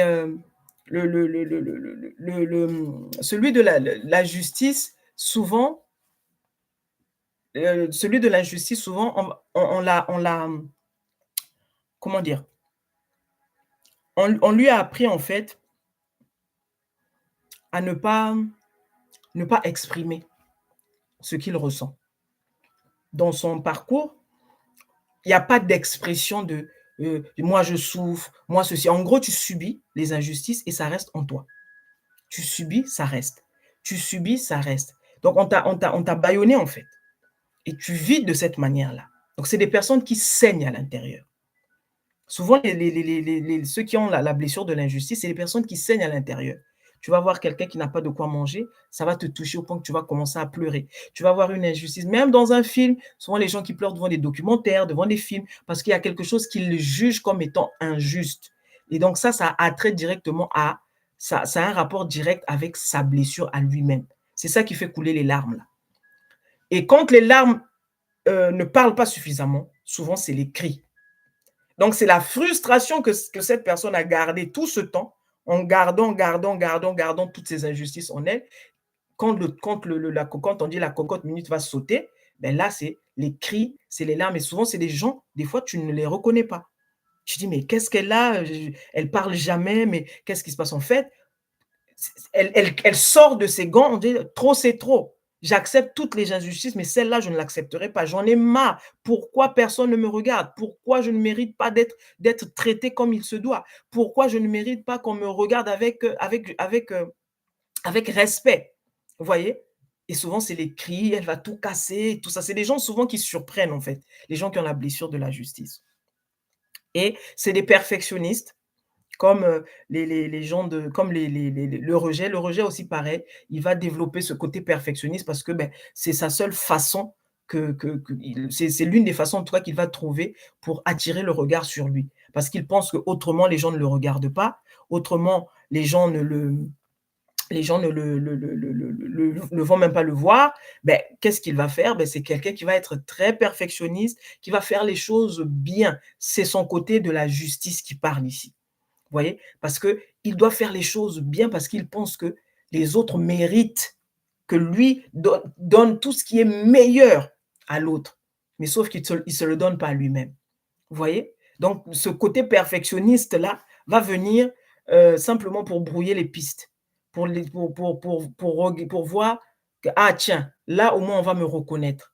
Là au moins les gens vont me regarder. Là au moins les gens vont me remarquer. Là au moins les gens vont dire que: "Tiens, tu as fait du bon boulot". Là les gens au moins vont me donner ce que je mérite». Vous voyez? Les gens vont me donner ce que je mérite. Or dans sa blessure, lui il a l'inten il a l'in il est il a il croit qu'il ne mérite pas justement. Donc il est obligé de faire quelque chose qui va attirer l'attention pour donner l'impression, pour qu'il se donne l'impression à lui-même: «Ah finalement là je mérite». Et il supporte pas justement être avantagé par rapport aux autres. Il va parfois même favoriser les autres par rapport à lui-même. C'est des gens qui s'oublient beaucoup, hein. C'est d'abord l'autre, l'autre parce que dans en lui, non, lui mérite plus que moi. Donc c'est des sortes de sauveurs aussi, hein. C'est une autre forme de sauver l'autre. Tu te dis que lui mérite plus. Par exemple, je sais pas moi, lui, il vit, je sais pas, peut-être dans la rue, toi tu as un chez toi, tu dis non, lui il mérite beaucoup plus que moi parce que vous voyez ces espèces de comparaisons, humaines là et donc il déteste il déteste déteste être redevable aux autres. Il déteste être redevable aux autres. Donc c'est quelqu'un qui va toujours tout faire de façon équitable. Tu lui donnes quelque chose, il doit te donner la même chose, ou la même chose, ou un peu plus. Mais il aime pas se sentir redevable parce que c'est ce côté, ça lui paraît injuste en fait. C'est pas juste selon lui. Vous voyez, c'est son appréciation. Il se dit non, c'est pas juste d'être comme ça. Donc moi, ce que je dois faire, c'est que il aime pas être redevable à quelqu'un. Vous voyez? Et c'est des personnes qui acceptent pas qu'on leur fasse de cadeaux. C'est des personnes qui rejettent les compliments parce qu'ils se disent que ils sont pas méritants, toujours peur de mal faire. Ils ont peur d'être injustes, de ne pas être équitables avec les autres, de prendre les mauvaises décisions. S'il y a des questions, c'est maintenant, les gars. On va pas dépasser les 2 heures du live. S'il y a des questions, mettez-les déjà. Comme ça, en même temps, dès que je finis, j'y réponds. Voilà. Euh, voilà, donc ils ont du mal à recevoir les cadeaux. Euh, voilà, et puis euh, ils ont du mal avec leur ressenti. Ils ont du mal à dire pourquoi, comment je me sens, parce qu'on les a bâillonnés depuis l'enfance. On les a bâillonnés depuis le bas âge où on leur a dit non, en fait, tu ne peux pas parler, ou tu n'as pas le droit de parler, ou toi, tu ne mérites pas de parler. Et donc, ils ont interprété cela comme une injustice, une injustice profonde. Vous voyez? Et donc, la cause de cette blessure, ça va être le parent ou les parents qui sont froids. Des parents froids, aucune expression de leurs émotions. Des papas qui n'ont jamais souri. Des papas, vous ne savez pas quand ils sont contents, quand ils sont fâchés. quand ils sont heureux, quand ils sont fiers de vous. Jamais. Aucune expression, rien. Aucune communication avec l'enfant, donc pas de lien ici. Parents donc très autoritaires, le parent ou les parents, intolérants, conformistes, c'est-à-dire que les choses sont c'est ou tout blanc ou tout noir. Intolérant, c'est comme j'ai dit et pas autrement. Il n'y a pas de dialogue, pas de discussion, pas de X, pas de Y. Voilà. Donc l'enfant ou cette personne-là ne va reconnaître sa valeur que dans ce qu'il fait. C'est-à-dire que l'œuvre de ses mains. Parce qu'on ne lui a pas pris autre chose. Vous voyez? Donc il tire sa valeur de ce qu'il fait. C'est pour ça qu'il va tout faire pour faire les choses bien, pour être tout du bon côté, pour prendre toujours la bonne décision, pour ne pas se retrouver du mauvais côté. Donc, il a toujours peur de mal faire. Vous voyez? Et ça, il va être très attaché à l'œuvre de ses mains. Tout ce qu'il va accomplir, tout ce qu'il va faire, tout ce qu'il va créer, il va y être très attaché comme à la prunelle de ses yeux. Parce que c'est tout ce qu'il a, selon lui, qui a de la valeur, qui lui donne sa valeur. Vous voyez? Ça va être ça. Maintenant, je voulais parler des polarités des blessures. Quand je parle des polarités ici, je veux parler de quoi? Je veux parler de l'autre côté de la blessure. Je prends un exemple. Tu es dans le rejet. Tu es dans le rejet, par exemple. Dans le rejet, tu vas systématiquement rejeter parce que en toi, tu as du mal à accepter, à accueillir les autres. Tu es toujours soupçonneux, tu as toujours, un peu peur, de ce que les autres, pensent de toi. Tu penses que en fait, souvent ceux qui se sentent rejetés trouvent que les gens sont très hypocrites. Hein, c'est en fait, ils ne se fient à rien. Parce que derrière, il y a toujours quelque chose, il y a quelque chose qui est louche. Est-ce que quand elle me sourit, elle est vraiment en train de me sourire ou est-ce que derrière, elle veut pas me bouffer mon argent? Vous voyez?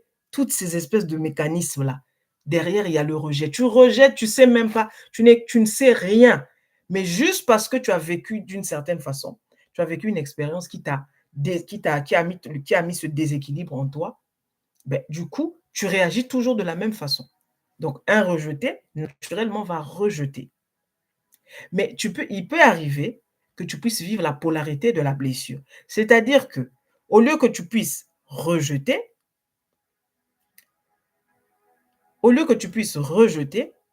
tu vas être en train d'être rejeté. Donc, c'est toujours les deux polarités. Dans la blessure, parfois tu fais une polarité, parfois tu fais l'autre. C'est toujours l'une ou l'autre. Mais toujours. Vous voyez? Donc, tu ne peux pas rester toujours au même machin. Un coup, tu vas être le sauveur, un coup, tu vas être celle qu'on sauve. Donc, effectivement, tu vas parfois te retrouver dans l'autre polarité, par exemple, de l'humiliation. Tu vas parfois te retrouver dans l'autre polarité, par exemple, de l'abandon. Et vice-versa. Comme je vous l'ai dit, on a plus ou moins les mêmes blessures. Plus ou moins les mêmes. On les a tous, à une moins forte ou plus forte échelle, en fonction de ce que tu as vécu. Donc, il ne faut pas oublier les polarités. Il ne faut jamais oublier parce que tu vis, un coup, tu vas être celui qui donne. Un coup, tu vas être celui qui est en train de recevoir. Mais c'est toujours la même blessure, en fait, que tu nourris. C'est toujours la même blessure que tu nourris. Donc, tout ça, là, juste pour vous dire quoi? Les gars, il faut vous mettre au travail par rapport à vous-même. N'hésitez pas à investir sur vous. Ça n'a pas de prix. Investir sur soi, c'est quoi? Apprendre de nouvelles compétences, lire de nouvelles choses, s'ouvrir à la connaissance. C'est tout ça. Investir sur soi, c'est tout. Prendre soin de soi. Donc, de la même manière que tu prends soin de ton corps, tu te laves tous les matins, tu te fais belle pour vous les femmes, tu te fais beau pour vous les hommes, tu t'habilles, tu te parfumes. Ton âme, là, ton homme intérieur, là, a besoin aussi de grandir. Mais il y en a qui ont mis tout sur l'accessoire, sur la carcasse, Et à l'intérieur, c'est vide. Et ils s'attendent à ce qu'il y ait des changements dans leur vie. Il ne faut pas avoir peur d'aller pour ton bien-être, pour que demain tu sois mieux, que tu sois dans de meilleures conditions, dans de meilleures dispositions. Est-ce qu'il y a un prix à ça? Est-ce que tu peux donner un prix à ça? Il n'y a pas de prix. La paix que cela va te procurer, tout ce que tu vas vivre, la sérénité, tout ça, ça n'a pas de prix. Ça n'a pas de prix. Mais je vois trop souvent les gens qui sont beaucoup plus dans les plaintes. Moi, ma vie ne change pas. Moi, ma vie est toujours pareille. Qu'est-ce que je fais? Comment je vais faire? Et tout, et tout, et tout. Et tout ça, en fait, pour te rendre simplement compte que c'est des gens qui ne font rien. C'est des personnes, vous ne nourrissez pas intérieurement, vous ne saurez pas, vous ne vous en sortirez pas. Et les choses ne changeront pas. Il n'y a pas de miracle. Donc, les blessures là dont je vous ai parlé, beaucoup en souffrent. Nombreux en souffrent. Nous tous, dans un domaine ou un autre, on est en train de travailler cela. Mais il faut le faire de façon consciente. Il faut le vouloir profondément. Il faut vouloir que ça change. Tant que tu n'as pas cette fougue-là, ce feu qui brûle en toi en te disant que, écoute, ma vie, elle a été un chaos depuis tant d'années, maintenant c'est terminé, il faut que ça change. J'en ai marre d'être à terre. J'en ai marre, là, il faut que je me relève.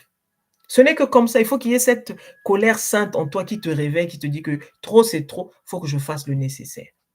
Il faut que je fasse le nécessaire. Et quand tu rentres dans le nécessaire, là, plus rien n'a, ça n'a plus de prix en fait. Tu vas parfois ne pas dormir, ça va te prendre parfois des nuits blanches, ça va te prendre parfois ton argent. Tout ça, c'est des investissements que tu es en train de faire en toi-même. Il n'y a rien que tu fais comme on dit, qui n'est pas une semence que tu sèmes en toi. Même là où tu penses avoir échoué, quand tu changes ta perception sur la situation, tu te rendras compte que cette chose-là, elle était là pour t'apprendre quelque chose. C'est juste que ton niveau de conscience ne le permettait pas de voir cette chose-là. Ton niveau de conscience, c'est celui qui va te permettre de voir, par exemple, aujourd'hui, que tu as la blessure de l'abandon. Si quelqu'un te dit, mais toi, tu es toujours en train de voir les injustices par-ci, par-là. Toi, il faut que tu vois bien, il faut que tu regardes bien. On dirait que tu as la blessure d'injustice aussi, hein. Imagine, hein, que tu as une discussion comme ça avec quelqu'un. Et comme souvent, on voit que les blessures chez les autres.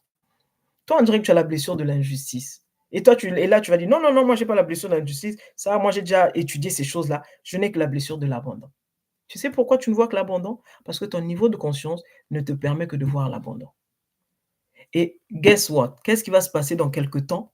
1 mois, 2 mois, 3 mois. Parce que tu as évolué, parce que tu as changé, parce que tu as expérimenté des choses entre-temps et paf!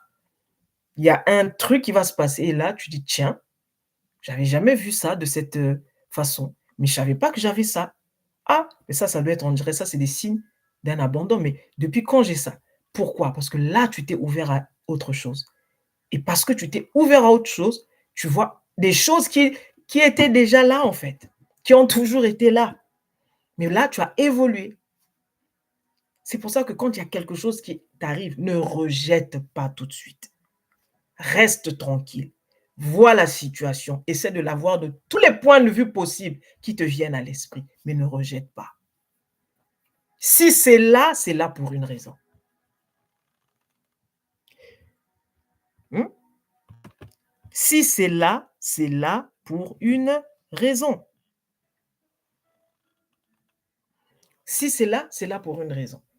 Donc c'est pas parce que, la personne elle est, si c'est là, je répète, si c'est là pour une raison. Tu as beau ne pas aimer et tout, si c'est là, c'est pas pour nous. Combien de choses nous sont arrivées où on s'est dit on a négligé la chose, mais 6 mois, 1 an, parfois 2 ans après, on se dit: «Mais ça fait un moment que je cette chose-là persistait». C'est ce que je vous ai dit au début. Dans la vie là, la justice de Dieu, tu es face à toi-même. Tu es face à ton karma. Donc, ce que tu es en train de vivre là, ce que tu appelles les opposés là quand ils surgissent, tant que tu n'as pas résolu l'énigme, tant que tu n'as pas surmonté l'obstacle, tu ne passes pas à l'étape suivante. Il n'y a pas possibilité de prendre un raccourci. Il n'y a pas la possibilité de truquer les trucs. Ça ne marche pas avec la vie. Avec la vie, ton niveau sera ton niveau. Tu vas vivre ce que tu dois vivre en fonction de ton niveau. Terminé. Vous voyez? Donc, n'hésitez pas, les gars, à investir sur vous. Pour trouver les réponses. Vous avez essayé par vous-même. Vous pensez que par vous, toi-même, tu peux. Fais-le. Si tu crois que tu as du mal, va vers ceux que tu penses qui ont maîtrisé ce que tu veux avoir. C'est pour ça qu'ils sont là. Quand tu veux évoluer en conscience, tu oublies l'orgueil, tu oublies le que dira-t-on, tu oublies toutes ces choses-là. Tu commences à regarder à toi, à ton bénéfice, parce que c'est ta création. Tu es en train de vivre ta vie là. Vous voyez? Tu es dans ta création à toi. Donc, le regard de l'autre importe très peu. Donc là, tu commences à faire tes choix en fonction de ce qui est bon pour toi. Les autres peuvent ne pas te comprendre, ce n'est pas grave. C'est pour ça d'ailleurs qu'on n'a pas tous les mêmes résultats. Vous allez voir qu'on a tous commencé au même moment. Il y en a d'autres qui se sont arrêtés en chemin. Il y en a d'autres qui ont pris d'autres chemins. Il y en a d'autres qui ont fait parce qu'on n'a pas tous le même parcours. Mais observez-vous, regardez ce qui est bon, ce qui l'est moins. Trouvez les réponses, cherchez, ouvrez-vous à la connaissance. Mais surtout, prenez-vous en main. Parce que personne ne va le faire pour vous. Personne ne va vous aider. Personne ne va vous saucer. C'est toi-même qui va t'aider. Mais pour que les choses viennent à toi, il faut que tu t'ouvres déjà à ce canal-là. Il faut que tu t'ouvres. Quand tu vas t'ouvrir, les choses commencent à arriver. Les choses commencent à arriver simplement. Les choses commencent à arriver naturellement. Et c'est ça que je tiens vraiment à vous dire. Les blessures, c'est la base de ce monde-là. Le monde fonctionne, si on dit le monde, c'est le diable, le monde, c'est la peur, le monde, c'est, appelez-le comme vous voulez, le diable, l'ego, tout ça. C'est à cause de quoi? La base, ce sont ces croyances-là, ces blessures-là. Ce qui est sous-jacent de tout ce que vous voyez dans le monde, ce sont les blessures. Un président de la République qui va être tortionnaire, qui va être dictateur, derrière, il y a une blessure, il y a des blessures. Il a peut-être il a peut-être vécu des trucs de, comment vous appelez ça là, il a peut-être une blessure d'humiliation, il a peut-être une blessure d'injustice, ou l'une ou l'autre, peu importe. Donc le comportement qu'il va avoir, les choix qu'il va faire, comment il va traiter son peuple, comment il va être, où il va respecter ses engagements ou pas, ça va partir d'abord de la personne qu'il est. Parce qu'avant d'être le président de la République, c'est d'abord une âme. C'est d'abord une âme qui transporte une histoire. Donc, ce que vous allez voir là, les choix qu'il va faire, les décisions qu'il va prendre, ça relève de l'âme qui est en lui, ça relève de l'histoire qu'il transporte. Il n'y a rien pour rien, les gars. Les blessures, c'est fondamental. C'est fondamental. Quand vous avez compris comment elles fonctionnent, quand vous avez compris comment cet univers-là fonctionne, les lois de cet univers, vous avez compris qui vous êtes et vous avez compris le monde, comment il fonctionne. Et vous devenez donc le maître de votre vie. Et comme moi je le dis, moi je n'ai pas besoin de disciples. Moi, mon souhait, ce qui me parle en moi, c'est de faire des leaders, pas des disciples. Parce que je suis leader par l'essence qui est en moi, donc, et je sais que l'autre l'est aussi. Mais il a juste oublié. Alors, s'il doit être sur mon chemin, ce n'est pas pour que je lui rappelle qu'il doit être mon disciple, mais c'est pour que je lui rappelle le leader qu'il est. Voilà la mission de Genesis. C'est de sortir les leaders que vous êtes, de sortir les rois que vous êtes, les reines que vous êtes, de sortir les puissants que vous êtes. Voilà mon but. Ce n'est pas de faire de vous des adeptes. Je n'aspire pas à cela. Vous voyez? Donc, c'est ça. Tout, c'est ça. Quand vous avez compris vos blessures, ok, mon histoire, c'est ça. Après, tu te dissocies de cette histoire. Tu ne la gardes pas comme étant, tu ne t'identifies plus à elle. Tu ne la gardes plus parce qu'elle est passée. Donc, il faut que tu fasses ce travail. Mais ne t'en réfère pas à cette histoire comme étant: «Ah ben, moi mon histoire c'est j'ai eu un père, qui n'était pas là, donc c'est pour ça par exemple que je n'avance pas dans ma vie». Tu es sûr que c'est une vérité ce que tu dis là? Quand tu dis que c'est parce que ton père n'a pas été là. Tu sais combien d'enfants n'ont pas eu de père, mais qui sont aujourd'hui en train d'exceller dans le monde? Quand tu regardes l'histoire de tous ceux qui sont en train de briller, derrière, c'est des histoires chaotiques. Je dis bien chaotiques. Mais à un moment donné, tu dois te dissocier de ton passé. Tu dois te dissocier de ton histoire pour faire jaillir ce géant-là qui est en toi. Mais tant que tu vas t'identifier à ton histoire va te garder prisonnier ou prisonnière. Et ce n'est pas le but. Ce n'est pas le but. Le but, c'est que tu puisses retrouver ton pouvoir et que tu puisses vivre ici comme le roi que tu es, que tu puisses vivre ici comme la divinité que tu es, pour que tu puisses vivre ici comme le puissant que tu es. Mais il faut que tu le reconnaisses. Il faut que tu le reconnaisses. Vous voyez? Donc, c'est ça, les gars. Prenez soin de vous. Prenez conscience de qui vous êtes. Prenez conscience de votre pouvoir. Ne laissez personne vous dicter quoi faire ou quoi ne pas faire. Vous avez tout en vous qui peut vous emmener, qui peut vous mener vers les réponses dont vous avez besoin, vers les réponses que vous recherchez. Ne les cherchez pas ailleurs. Elles sont en vous, les réponses. C'est parce qu'on vous a dit que c'est ailleurs que vous allez chercher toujours ailleurs. Je vais faire ci, je vais voir X, je vais voir Y. Trouvez-vous, mais à l'intérieur de vous-même. Tout se passe toujours à l'intérieur. Tout. Le monde a été créé à partir d'une pensée, à partir d'une inspiration, à partir d'une croyance. Vous voyez? Donc, tout part de là. Quand tu penses que cette croyance est en train de te limiter, change-la. Quand tu penses que euh, ceci est un frein, change-la. Tu n'as pas besoin, n'attends pas que quelqu'un vienne t'aider à changer cette croyance. Change-la tout simplement. Et c'est ça que moi, je veux que quand vous écoutez ce que je vous dis ici, que vous puissiez retenir. Quand vous allez couper votre live, c'est ça que je voudrais que vous reteniez. Le puissant, le géant, le pouvoir infini qui est en vous. C'est ça qui compte. Le passé, tu ne peux pas le changer, quel aussi horrible soit-il. Je t'assure que le jour où tu prends conscience que finalement, tout ça, ce n'est qu'une illusion, dès que tu vas dormir, tu ne sais plus que tu t'appelles comme tu t'appelles. Dès que tu fermes les yeux, dès que tu as quitté ton corps, tu ne sais plus que tu t'appelles comme tu t'appelles. C'est-à-dire que ce corps que tu transportes là n'est rien du tout. Le véritable toi, c'est cet infini-là que tu vois qui se balade dans les airs, qui, alors que le corps est en train de dormir en Chine, il est en train de se voir en Argentine, ou il est en train de se voir en France, ou il est en train de se voir au fin fond de l'Afrique, par exemple. Pourtant, le corps est en train de dormir dans le lit. Mais quel est cet autre toi qui est en train de vagabonder à gauche, à droite? C'est cette dimension de toi à laquelle tu dois avoir accès. Cette dimension-là où tout est possible. Parce que dans cette dimension, tu peux être dans l'eau, tu peux respirer dans l'eau, tu peux voler, tu peux faire toutes sortes de choses que tu ne peux pas faire dans la dimension physique. N'est-ce pas? Dans la dimension terrestre. Vous voyez?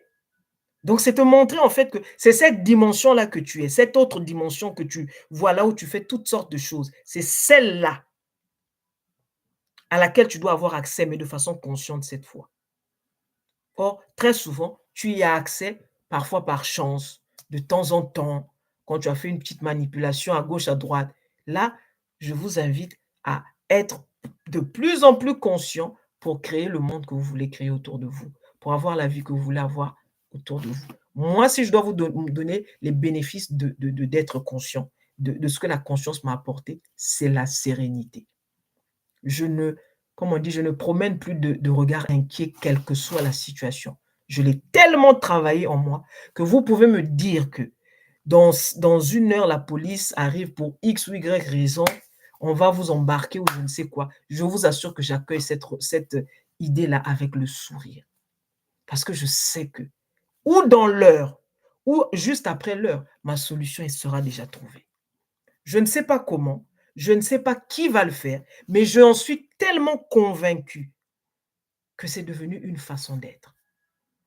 Donc moi, ce que la conscience m'a apporté, c'est la sérénité, même dans la période trouble, même dans la période où ils vantent, même dans la période où tout le monde te dit: «Mais comment dans cette situation tu peux être aussi calme?»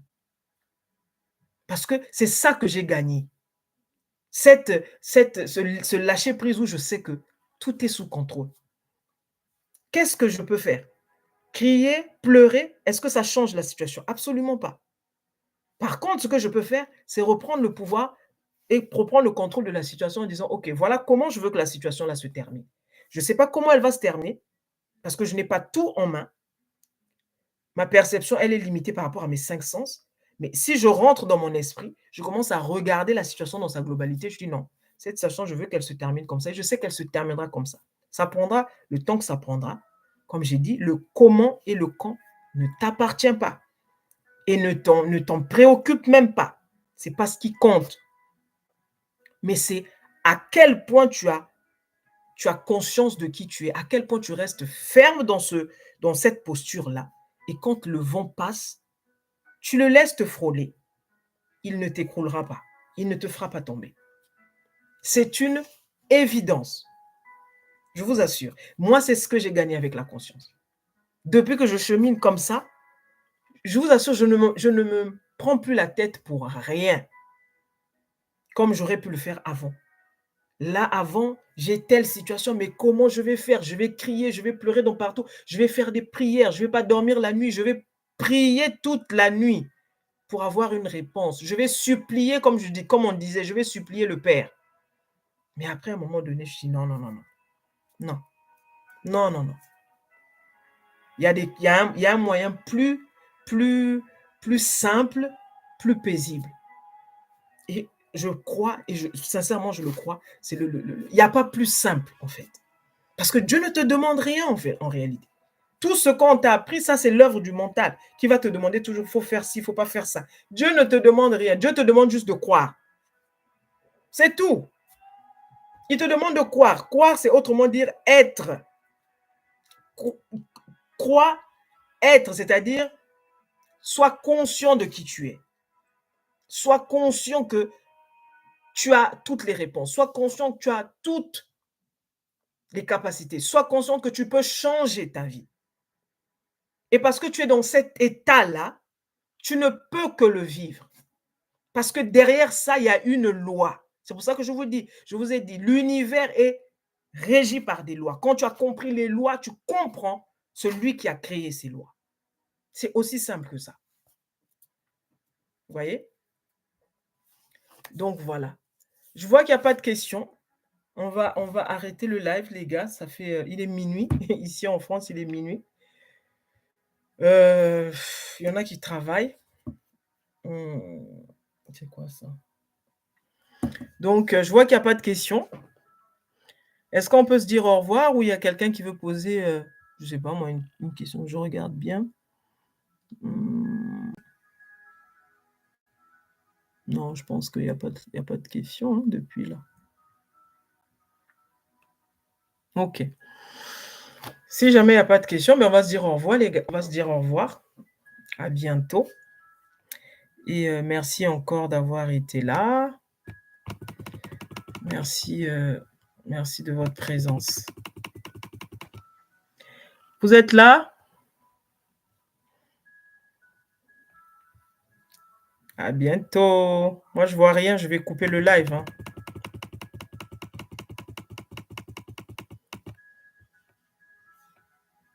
Bon.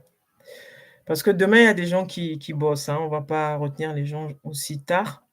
Donc, pour ceux qui n'ont pas de... Pour ceux qui n'ont... Ah, tiens, j'ai oublié de faire l'annonce. Pour ceux qui sont intéressés, il y a un challenge. Ciao. Tundu Design, à bientôt. Pour ceux qui sont intéressés par un challenge, on a un challenge de 5 jours que j'organise.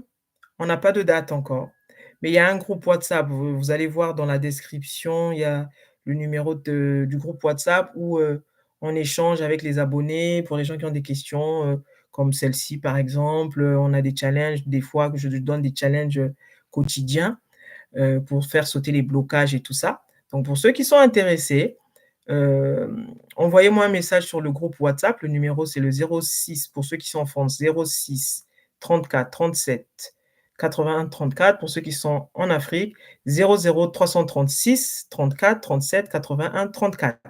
Voilà, vous m'envoyez un message, je vous ajoute au groupe et donc plus nombreux on sera, mieux c'est. Donc je n'ai pas de date encore, c'est pour un challenge 5 jours sur la manifestation consciente. Donc pour ceux qui sont intéressés, envoyez-moi, envoyez-moi votre message et puis voilà, ça va être quelque chose de bien, de puissant, vraiment. On a besoin de comprendre cette histoire-là de comment on manifeste de façon consciente ses désirs. Voilà, c'est pas compliqué, c'est pas sorcier. Il y a une façon de faire, il y a une façon d'être pour appeler la chose et c'est tout ça qu'on va voir ensemble. Voilà, donc je vais vous laisser. À bientôt et puis, beh, prenez soin de vous et surtout, prenez conscience de qui vous êtes. Ciao, ciao.